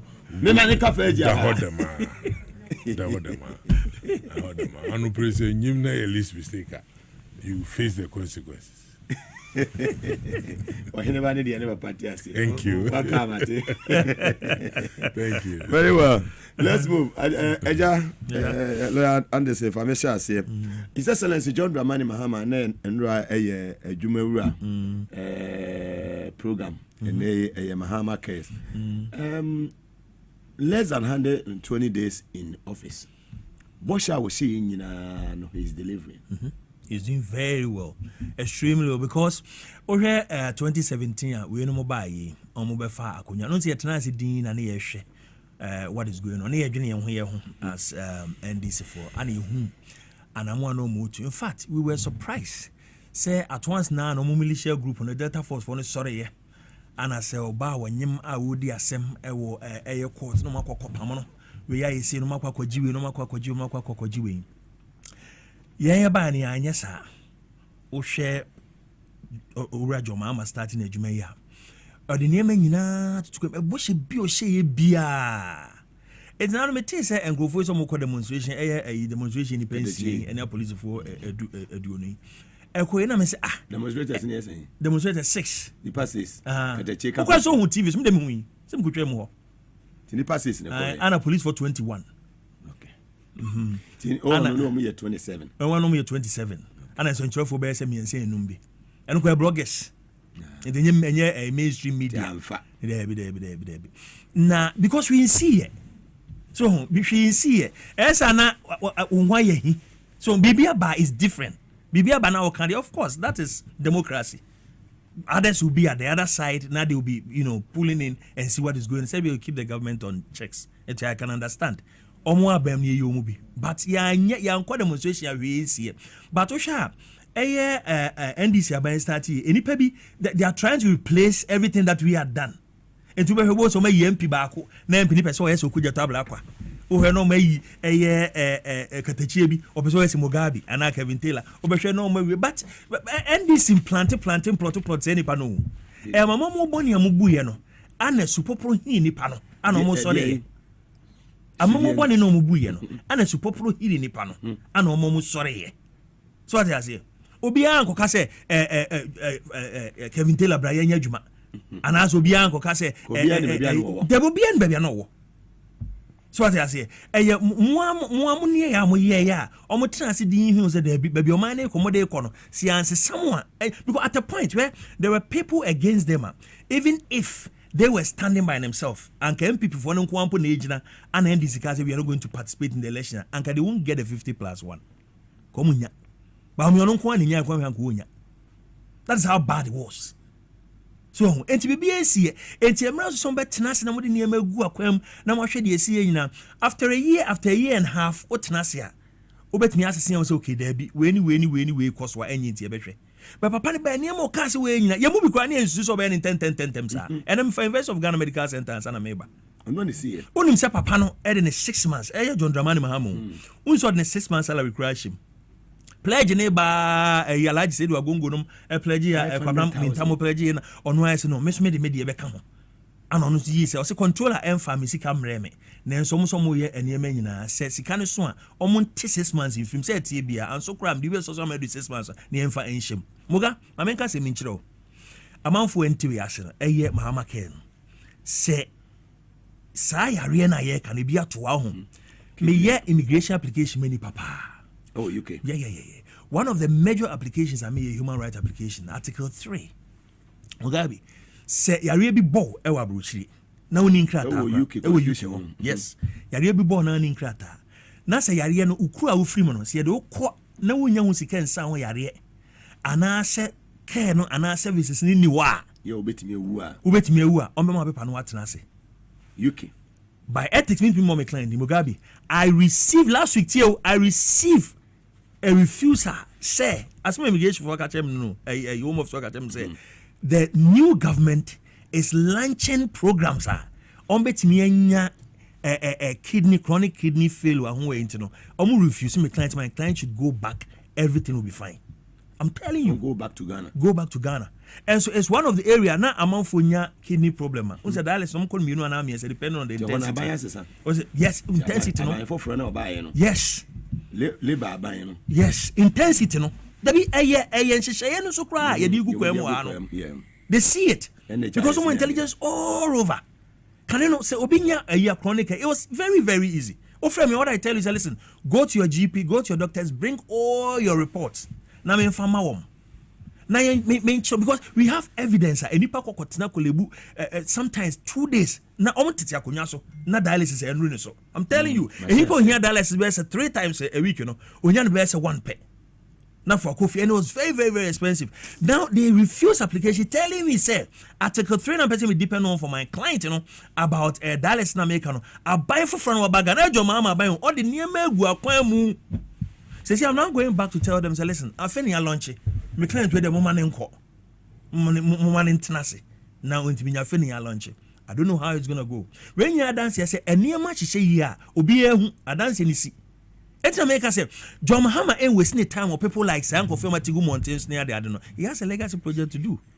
Said your net, your board Dr. Cromedy and no beer, so just an apple pen. I don't know, he need to know for one fan. Just a pop pen or no, I'm sorry, he need to know for one fan. Your board Dr. Cromedy beer, sorry. Share PLO Lumumbanum, Omokasakasa, all Africa. So that is the legacy. Ura John Mahama Uja. enti BBNC enti no me who Mahama Cares I was so happy. I was saying some a trust fund is so trust of course I said the kakra kokotum very well because you crowd nko into aduam if you are about so you never know and I area who those abegu bebre and some of these chronic diseases near there don't any diabetes near there Mugabe the treatment can be very expensive now I'm not open credit on saying now was if I say 5 mg and I say 10 mg the bia be no back wa obu no ni be every day bia ni yibotom ska e the money amount for pensioners so Sunday head cut ku na abanya ono ba akunya so a former Chief Justice etimi kokot na wiem ekuta placards. That was the height of anything you see. When a musa buy no kofi na ni magu ase. No, it's a curse. If you bu hanye fie nko if you dey say aban beko if you bu how corporate, that is the height of your life. It makes sure say na Akufo-Addo ko trans e dwene wa o se ba me abufu but ne bufuafo ne de yakra gase ne say he was the chief bandit of the nonsense. He was the chief bandit. A main topic. Mate me da say me twa so amuga. Ne waso no onye den ontie. Ghana nyina haya no bi eti. For they sow the wind and they will harvest the whirlwind. Oh, Maka, Chachu. Lawyer Chachu Chikata. Greetings. Very well, Chief, and if I'm a coin. Mugabe Maase, the Mesima is starting program in the Nya Adagio Cry in Chia. I have 4 hour Jibber. Who program is it? Audrey Abrea. Se pedete Ghana Nimusema Chide Eba Mugabe ni program in TVXYZ. Enti ya bahadam so de nyidi ya de mahwefon na ye chia ho manimu oyedin yes flash yes very good semo na yes an ye ma we are friend my friend oh so bigger de so my friend mo fa no nka ho pero so bigger de me nyina na ya wi su ya e obeda no friend ma me fa Mugabe ne ira sa wona se ya Adama and there be ono no from aboma o ma date obey out da meko na se manko a wana beka ko rina me benya ase Muga John Dramani Mahama fra ni outdoor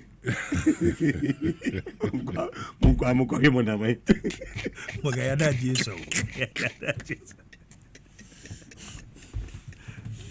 Mugabe.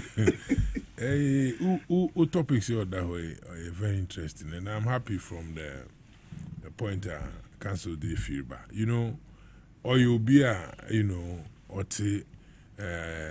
amanonena ne interest so san wana ne krom into Jakonaba about Ninjuma, and for him as a lawyer. To say that it has gotten to a point. And Mugabe, you are aware, when I work so our experience in the United Kingdom, they know how the system, treats the people in terms of health issues. Especially cancer. Yes. I've been a cancer ambassador before. If they are even looking at it from this point, because it's a good start, they think that the government of Ghana, they are even calling on their people that they can also come. That's the more reason why we all must make sure we support this Mama Care programming Ghana for Benya Honfa. So, but Mugabe, if you want to talk about the achievement of His Excellency John Dramani Mahama, it's important today. John Mahama did not just come as a president to the people of this country called Ghana. He campaigned on issues based on the happenings then in the country and said to the people of this country there, look, when I was working, they said all manner of things against me. Amankasan, me catch on and somehow what can it be?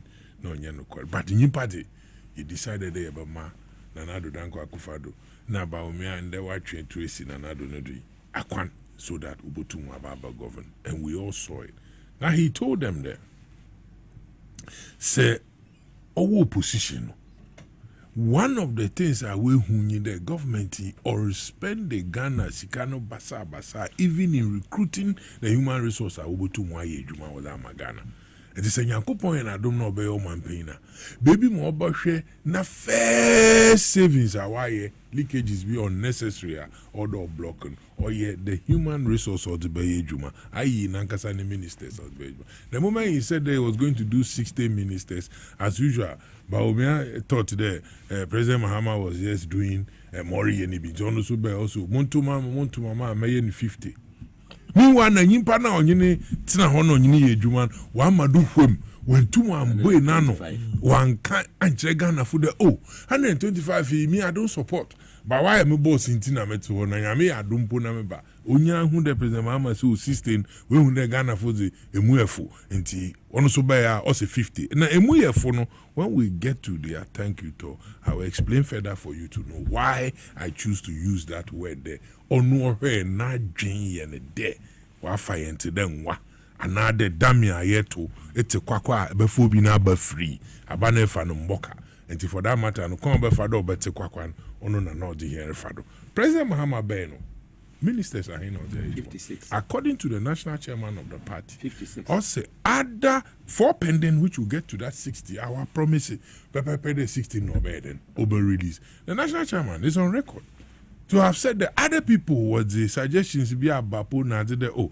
you said the 60 by a human Maase Maase na nke botu ma bana ababe plus 1 or something or plus I said no I said to the people the 60 no mambo mi na makai na mom I knew there 60 no with the kind of sectors are on if the people occupy it with necessary deputies or over them 60 now they can make sure they will be deliver them governance now no the people of this country. That one alone.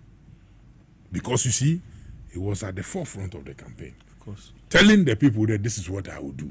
Getting the mandate. Why? We're in this country. People stood in trade fair and told us there. Look, Shemenim, na me susumi emo die. Yeto abaye the man another than Kwakufado. It's not for me to tell your viewers. That's how come I am winning. Mugabe, Eyonu Ghanaians, we came together. For the first time, opposition, 88 members. No wonder. That number 88 who fought against Nana Akufo-Addo for keeping Ken Ofori-Atta because in the MPP party, caucus in parliament, the members of parliament, 88 of them, out of the 137, thought there, no, the man is a no. Or ye nama anka best fit for more money. Wa bon. The minti when you feel nanka one fa ubi within their own party. More money. So ye nama. Senko wa say. Inti more money na wadin be. Na ono so or ye useful in the party no more money won kwema obwa. But onu nye best shooter. Adam chede onu nye best shooter. Inti nunka when you feel no one for be na nado danko Akufo-Addo. Wanji the masaman afantumda. That is where they told us the Bakaya Mamunu Asteka. 11 we will implement. We'll travel cake. We'll to party. We'll show money sika. After that was we introduce E-Levy. Where town hall meetings all over. President Mahama in his campaign promised the people there. E-Levy no semeba. Ono na numu betting na COVID na meyi them taxing me the free ho. Look, a lot of people thought that no, these are issues, before campaign platform. They just want to say them for people to feel that something new is coming. These are all political gimmicks. In fact, MPP will be sorry. What 2 questions was the man campaign time that they should ask President Mahama and NDC if you know that. What you tax if you are or better than our government. E-levy, betting tax, i.e. COVID, etc. Wait him. Yeah, govern. That's the cake for the viewers. We are now got 22 in an Akufo-Addo. Na tama every cake na every champagne na nyim de champagne alcohol. Na champagne nyim de alcohol. No nyim champagne the alcohol. If you nya who effect in Israel no. enye na me de na me nya we kra de wo batu petrol. And so Mugabe, this production team, in fact, they are doing a great job. They are doing a great job because you see, nipa de I dem kwan. Usi ho kra na nyi da ho nze ya ode nyina ye ka ye ho hye kakra ne ye kaka nzema. All these things happened. That time in opposition, we were counting on our blessings and keeping our hope high. There, the people will listen. The good people of Ghana will listen, and they bought into it and they voted. And the man has abolished the e-levy. As he said. It's a great achievement. Ghana, was a Ghana or abroad, and all the when you check Mugabe. And me on politics, my account bank Krubi is linked to Momo. And the Momo was fro cra nekade niska cra or ye, or frobia or decade you, mammy time kakra. Muga itching walauska, a certain amount, no moving at the baba to wallet, quick, tasse, pam, or no danche. Ye reso, a sansu ye a Momo nisuno from your own to somebody also. What is this? Ghanaians complain, their own people. President Mahama Bai Wababa, why then abolish? He promised the youth of this country jobs. Mugabe, don't forget on this your platform. One of the issues I know here, and I was watching you, especially in the days the Ashanti region operation was going on. You kept talking about jobs, and that was the time, our first time ever. NDC Nankasa campaign here in the youth wing on authority party in the Mahon plus the president and Ejuma Waye no a wide. And we promised, you remember the youth manifesto? Yeah. Ejuma it's been launched. Yes. Yeah. 10,000 youth for Konye Juma Waye yearly. Now yearly no say 4 years in NDC what's not do plus another 4 years plus another 4 years. Check it them years see. Would limit it to the 16, 12 for 4 can plus 16. Reverse Ghana to just make sure that ye river ye freedom for no ye fi ho na ya mad kwan na party na ye adwuma na party na etum atena ho na nka no adwuma ye therefore wa be say ni nyina ye tum ye ahwe na ya hye ni mankrofo anya adwuma. Look at the number of people on okra obenya adwuma ye. Therefore what we seek in there Jack Opana Jack T Carnival Obi wa fast we ko share president Mama oko acquire slide. Acquire slide. Look at the jobs. 10,000 here wa be orukwe. Onyo na nkotin oko you do a UDS. Your friend was it Wednesday tomorrow? Osuma Yarga no office. Malik Basintele, international affairs and job creating outside the other countries and even getting G4 security and co-partnering. We are creating jobs for the youth and also we do my application. Mugabe, it's not everybody who did your boy. And Obako wako akotina hode onusu ye PRO and now there are people. And also they belong to another chain. You know, they've got the brains. I also know they can think through. They are very innovative, business oriented. Thank you, my brother. Entrepreneurs, not now. I want to know about to create in the man kakra. They can assess this. And gradually, we bring kakra. And the good thing about it, if you listen to the president, it's not about the fact that where your party color and come. The party people, as they are getting, every other Ghanaian is also getting. So that is how we build a country. No matter what qualification. That is how we build. Now, Betty's can acquire you must have a qualification. Now, it's for Okrum high no qualification. Men, you have a problem. John Mahama promised that gold smuggling there is smuggling. Say him there, gold assembly, you will interest him. Papa. Nipa way smuggle. Good. Now, Nipa Krutum better TV, don't know what it's a go bar. No display gold, no display gold bar. Illegal. How do you do that? Me here, Mishem gold ringer, Mishem gold. You can't come and tell me they didn't. But if I come and pack them processed in that way now, what's it for export now? Even if I am an exporter, is that the way I have to go about? Me say you back control. Me say you back control. Na day. If you host no class yeah. Thank you. Because host no or you fear TV station. Now host na kasa hunde is too much. Protecting the boss. Look, this gold board idea, the NDC true President Mahama was about to Sami Jefi order no Sami Jefi you are saying that oye Juma. Note, he was the parrot for the campaign, more or less, and the party. Echo to Brofo. Boy Juma. No te hona, good in semen, no churchim, never ha, no churchim, ne Juma in there, no dot say. Policies didn't na see ye, Miss Mobile only opportunity now at churchim. And then Yanko charge was a Accra, Beji Gold Board in Nakotna on a Juma. What do you have to do? A Jumana was the man no churchman. And to be honest, if you engage him, you realize that he's learned on the job. Fast. What we pray there, Yakupon continuously on man wisdom. On man bambo. Because that area honor ye Juan.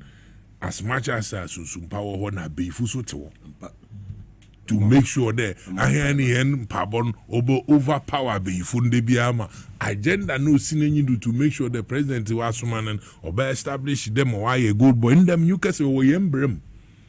That alone is enough. It's an achievement. And you have to encourage them. Now Jale production team in the children just a one car. Anya bango. Solid money. Solid. What is solid money? Money for be able as a solid money. I'm talking about solid money. What you say? And the casa want to me was sika. Anya bango. Anya gold. And the sound gold there I can wash me. What it? Mammy for be able so what? Solid money. Young criminals. What you say? Solid money. Mammy.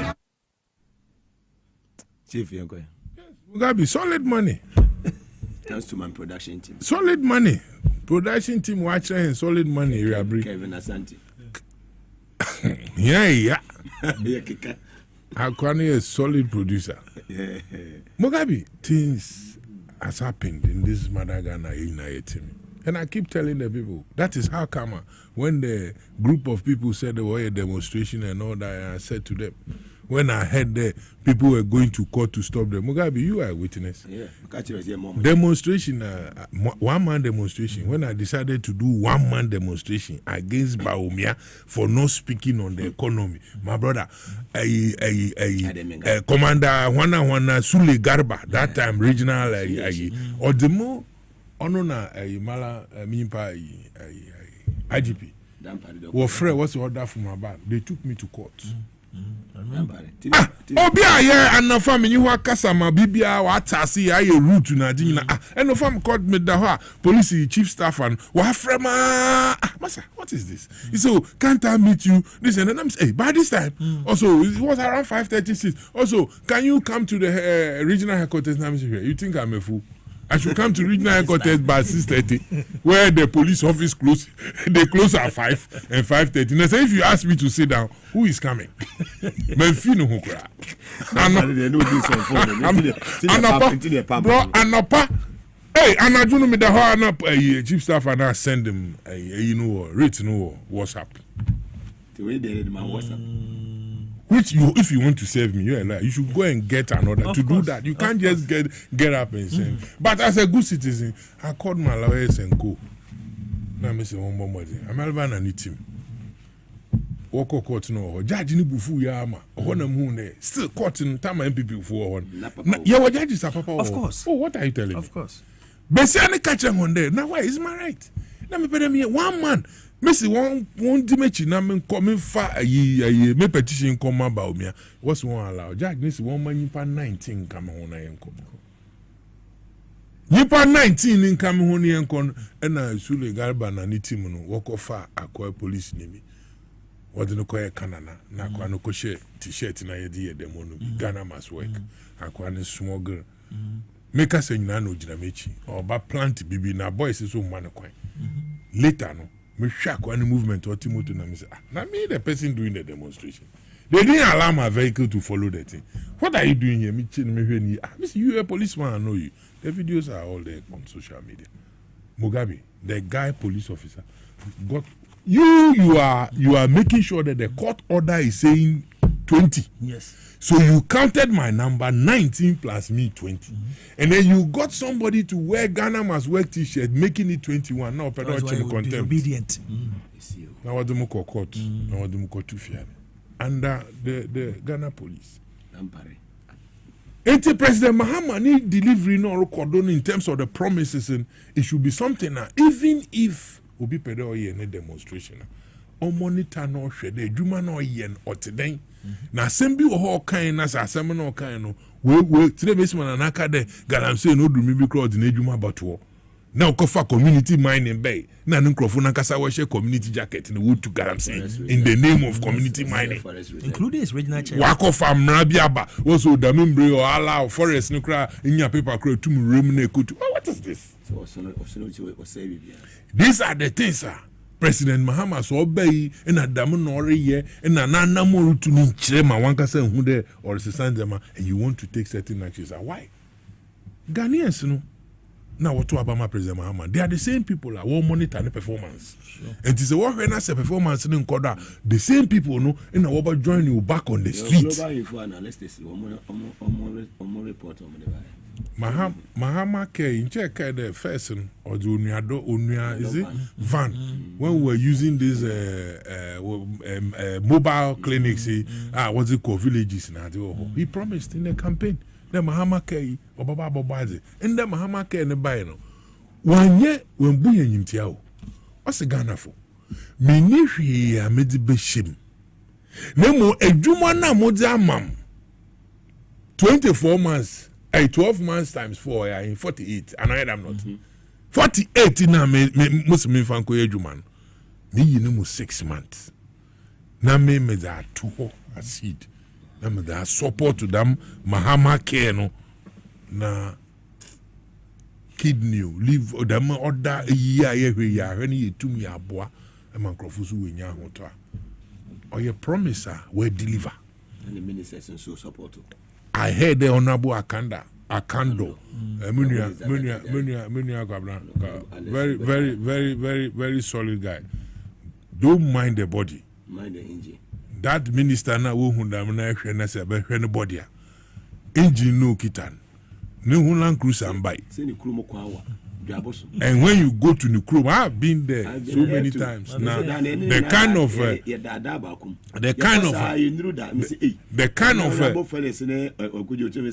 so if he places a phone call, he's an MP and a politician. He understands politics, human dynamics. And for that matter, no, and no, they appreciate him. Yes. And he identifies what their needs and he tries as much as possible. Obey the medium. He is saying ordinate 3 months salary.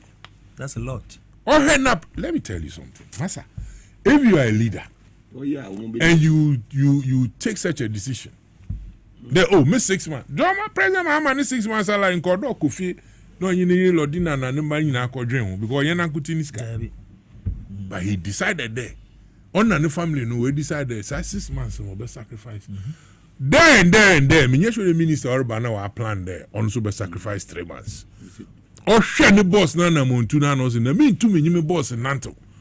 Now, my boss didn't shoot 6 months down. Now, me now there, Emina, me phone soon to me, discarding in a coffee. Miss me 3 months, me that too. A while, I'm a son die. The ministers nina obias or the 1 month salary abakako support project ono e daiso 5 billion. Are you listening to me? Me so dai o intense before I remember about show him ewia ketekete ndai na come Facebook wall awo the ministers in Kaino damn gesture kind gesture president why no they just standing move on so much the health minister no so aye. And see the other ministers now say ye Juana and Kobefe. They better there. Chief of staff, I'm here who then the ministers in I was going to show massacre. And to be hard no 1 month salary or the cost support because you are Yarba Semu, Yarba no new minister, no new chief binding. Only men this and only men PP. Obama Ghana and Yibiano. Also, no hold do na we tum we kunya them fast no be intum tina ho na nkada aban ba kra nyare minister bi kra sacrifice disika ema unue bi so we nya ho faso finally na minja wona ko wonsam don ade kesa muga na ye kan wasam oyin de ye ba promise in besiafo Onam de yenyim ne mbesiafo. Alaji said Agongo Suma 5 billion. Oh yeah, 500,000. That's how Alaji said Agongo. Say nyim do oye titebota. Mugabe, it's not easy to do business under the MPP and so former government, you know. Especially when Sansu New Jina Kota, what do mu K. What target? If you know senior men, honor mesma, yes, ye by a who fomenty. Painful people who to can be trained. Na enyim senior man fa wetu watena dem onye former finance minister din komo a wan we adwuma ho odo koyi na kire ba hwe one more letter kra na phone call zi chide person will donate a ebe hu kwan be fa so donation. Oh, I'm sure that it no yeah because me akama kuma yeah onye wanko akama kuma onye wanko na yepere yedi no onam weather na situation nti kan wa ma for babe nya ko ye no ka yo donation obakare wala wofra we yesi china asa continent TV do a donation nti e be no private na mahama care no etum ya support na wan we decide na wo hu de o afi wo pere wo magana fu hu de ye nyina ya support nti wo publish a list now that's where they will know the lawyer support to be Mugabe support to be chief support to be. But me I get me one because who here my main Lodina Foundation no dia bo amon so no share bole asupiti na okosi na Mugabe ono ya another topic mala me catch all there that a friend I will mam phone no share a fridge masana but baby mama Lodina will be a reabri chair na kuma yi pa Mugabe President Mahama promised a women's bank eba budget ni mu na parliament na MPs no both NDC na MPP were approve women's bank no won chef one yes women's bank no so second year approved the finance minister obe release him achi won na odo wonya ho fa so mbesiafo na wodigwa binu so washu ska eba fa kwando to won for the wakaji ska na won fa ndigwa na gwa na won ne on tre na nkrofo nya ho fa so finally no President Mahama also the state capture obohwe was stop state capture na olkodun canon ye ho aye better and there was na no me wa brochi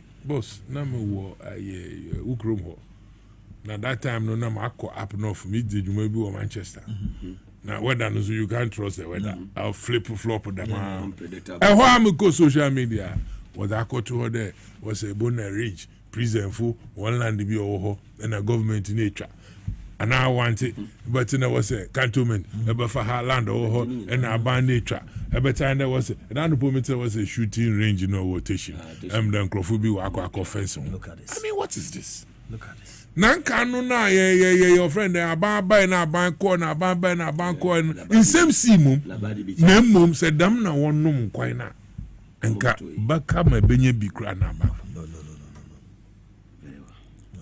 also equal rights and justice. Fantastic. Equal rights and justice. Ono nande ye wo ya. Hwe. Yeah, me think Crawford what radio do now kasa was so I even was so much disappointed when I read the Ghana Bar Association. I don't mind when they want to come in and show solidarity and say whatever they want to say as lawyers. But I had a serious problem when they say that, like, what you are doing, or reverse it, and I mean, giving the directives to the president there.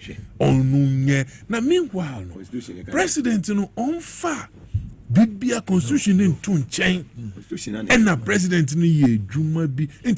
you should have shown in as lawyers, no one can, lawyers, and they've been quiet for 8 years. Yes, been quiet. And you read the Bible. You see, do you know why I am on them? I am on Fanchem. I want to Ashrefo and Castle. You know, when they do my way, you know that me auctions and I work with the judiciary a lot. Into the be me lawyers is and I know how I want practice not to. If you want somebody, I mean a lawyer on the ground when I'm commenting, I am a bit careful about. But like I'm saying, where a president? I'm run on to be a president. Mahama just didn't get up. No. ɛna nimpa na yɛ kana asɛm na occupy position no kra no maame ne kra na as we speak mehu there the other reads na the fly was system ni ma another acting CJ no no there or endorse those you know which means that per they want one practice and one structure there is some understanding with respect to suspension and handing over and all that so if the nyimpa no asem ne fan hon when you know say no what's you've been suspended pending certain investigation nti hand over mosimesi no aba hand over amount na association no believe in ono other them idea but imagine there the president people sorry no say Ghana Bar Association asema mo kan maati nti na da ye nyina ya reverse na chere the president no say bi onyi more that's just the meaning yes I say I mean me roadside lawyer emi law no kakra na me ye no is no chief the law follows about common the sense. fact that me read the name kotu na me fan to hu na wo hu dem American is backed by a certain happening president be we see that and I am not of course then why hand them and the part of sorry chief to talk over you the part of the constitution my president who coin emani establish what has been established now it's even in plain language. Mugabe, you don't even need a lawyer to understand that. It's very, very, very, very plain. And a BBA crab bonny BNC. And a BBA on chess president crowd with interest beers as agent before Conyaso. They're that one now. Oh, yeah. Now for Senko Koy and a council of state no. We can't find anything meaningful beer. I was a waste resources. I constitute a nipa together about Sunku, Siensha Mamia Sema. Of course, the president will have any interest in moving ahead. Of course not. Of yet you are buffalo. There be overstanding position on where we near you within the president. What interest can about CJ and what interest be? Take even before we know any able CJ and Coco, any the omo yen will be in broad daylight. No, what interest be? Now for say, Saba soon for quick transit. No more you should be to say, my many years. O for some penny back a cinchine train suspension consulting moana. O could train so diabonia. No so the eba. I mean, that's the problem. I've been appealing. You see, when I look at the end normal the other side, the New Patriotic Party, they are crying more than they believe. And the way they are behaving, even men who was a demonstration. Obi Yejuma. Obi Nipa 14. As a Maase. And a Nipan was so true no one ever one you. Cratabian putting them will be in Kado, I mean, why they watching us. And if you want to say about it, do you people know something? Yenyima the madden ochede mamoka no no besiana. Are you getting the point I'm making? And sometimes now I feel the way that what titi mamino. What how no? Say be ono so na man hokwe. On the data I don't know. That's not me what I said I mod dear bra a come shop bia organ ha nationwide ubenya bi ato Victory Garlic Maase Dr. Makwese bra na beje wo de herbal shop and pharmaceutical shops awudo ni nyina no wura ma ubenya bi ato emwa momoje ntimi ni nipadua ni mofrisa na yie ni gina na so brane for 0201293280 and 0242545633 ubenya bi ato pharmacy shop herbal shop ubenya Victory Garlic Maase ni bi ato eboa siesie nipadua no ema nipadua ni gina na so brane obi a wanya osa no ude didi wi no no bia no pa no bia nwumre ebeboa wo papa power specialist about hospital hepatitis A B C D yi na etete won fatty liver sciatica prostate unom pena ho atechema no osa na etete wo components minimum hawo no ene fibroid menu aba fakona so ye ho no beboa wo kumasi wo fe ya sele gbosomche kwantempon no so ye ne Charitable filling station ne di nhwani mu akra ha ye wo kwa benya pokwasi ACP road no so sanso na takrade wanaje estate ye ben anaje MA primary school no free mami adu ya wo 0244 544422 0244 Safari Valley Eco Resort na FA about wildlife experience number 1 the second to none would any chair okre constituency ho ewo eye dewu eastern region ometimi ahwe kama swimming pool ho sanso na gym ewo ho ye wildlife experience no ye 24 hours ye de obekọ omubehu eye antelopes awodo zebra no mokọ jata sebo onua oframane na ba said the lawyer be ho obeba for hope asan wa ye de wakọ from 0596914394 0596914394 omo dewu ewo eye okre constituency in the eastern region. Medimosis Clinic and Herbal Center and every where the medical capsules na bedwaso medical capsules no obi a wontumi ne di wonu mato okopi bi nenom obi a immune system no ewo form no onum bia ebebo na boost immune system na mema nom ene manso enom okọ pharmacy shop herbal shop na ebe wono obura ho akopi bi neto ne ntumi siesie ni padua ne mamoja ntimi ni padua ni mafrisa ne yie sanso no okọ na so ye ho a Medimosis Clinic and Herbal Center ho a obi a malaria na etete wo stroke na etete wo a dental problem and I say malaria, typhoid fever, sciatica, diabetes, hypertension, male and female infertility, and sexual weakness. Sexual weakness, we say, maybe say, you can find feature. Sexual weakness, and find cheap bandy free. Sexual weakness, and follow your Anderson fee. And a sexual weakness, you find for capacity man fee. But the papa, no one will say, yes, Bema Banon, what I'm calling a bigger. Prostate disorder, Minia. And we say, we'll be our boy, Jumapa, and prostate in Uslu. Bema will boy, Jumapa, and prostate is slow. Bema dear boy Juma was so ye. You say yes, we are Tankolega Biga, we are Anderson, we are Binding. I just see we now so. And I saw friend Medimosis. It was 0244 068447. 0244 068447. Hebron Hills International School Semen Country say admission go so air coso. See Mama Quine. Ya next week will be Umba baby obey when Yabosumi night to make kind of a call.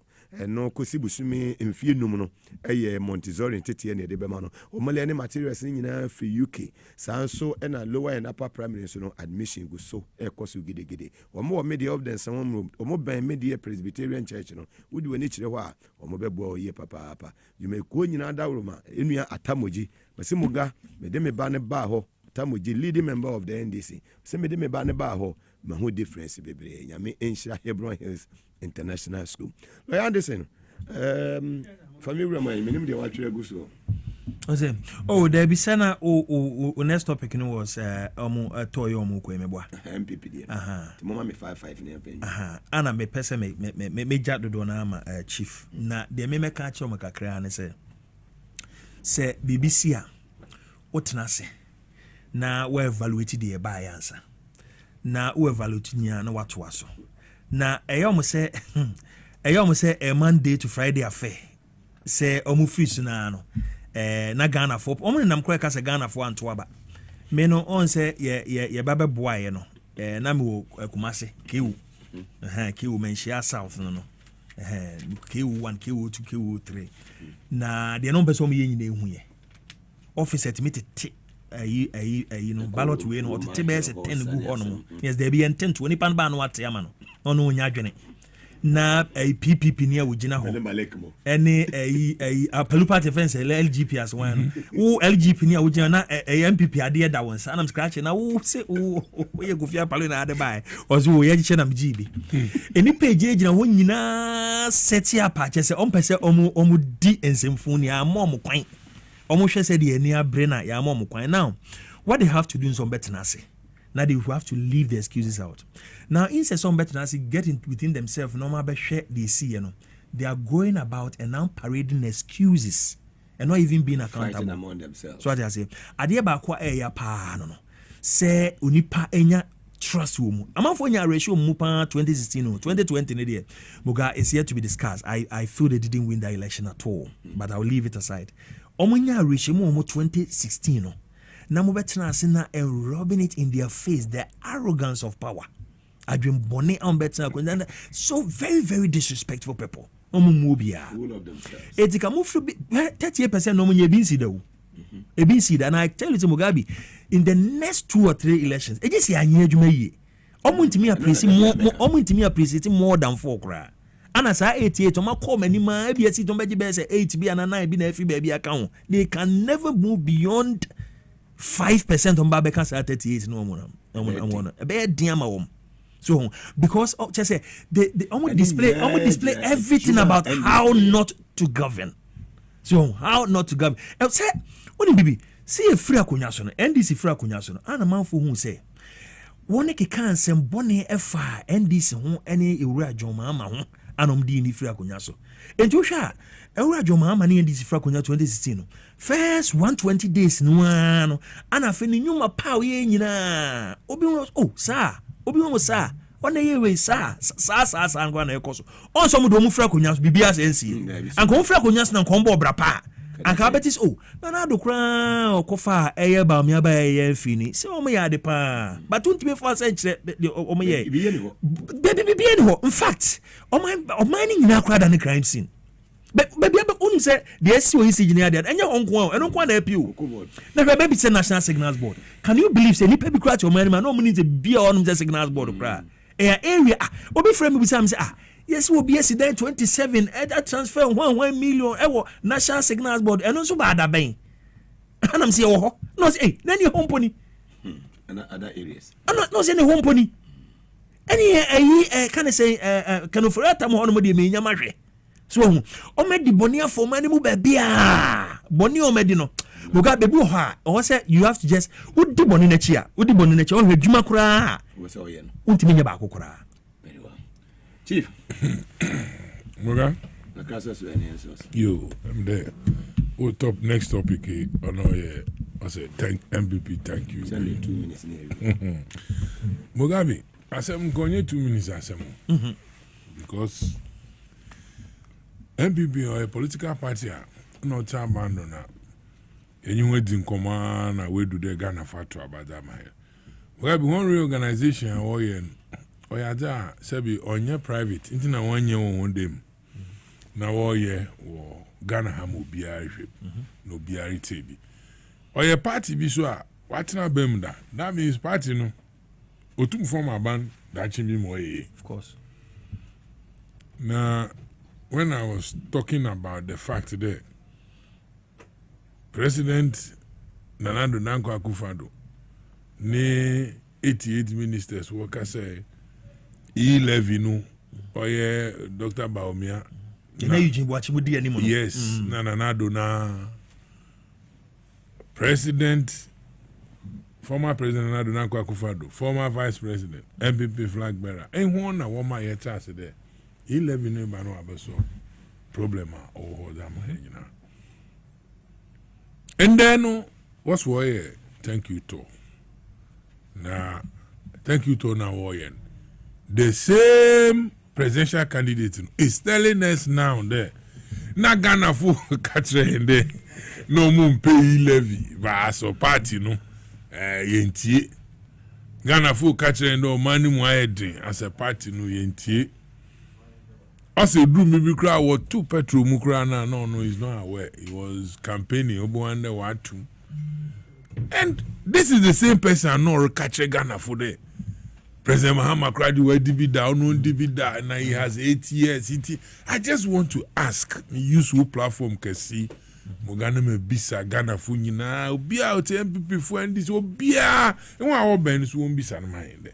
It's time na o kadenka won John hono won fanem bra no na oye obi a orba onyi mo ba beye anansama no ka chen he meant it because oka bibi atre na the Ghanaians were in the position of deciding and now finally we decided that no the best candidate was the man on His Excellency John Dramani Mahama.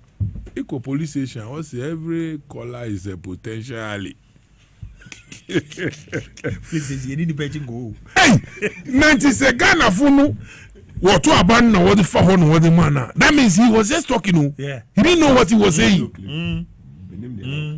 Ghanaians were wiser than him. Now I want to advise our brothers on the other side.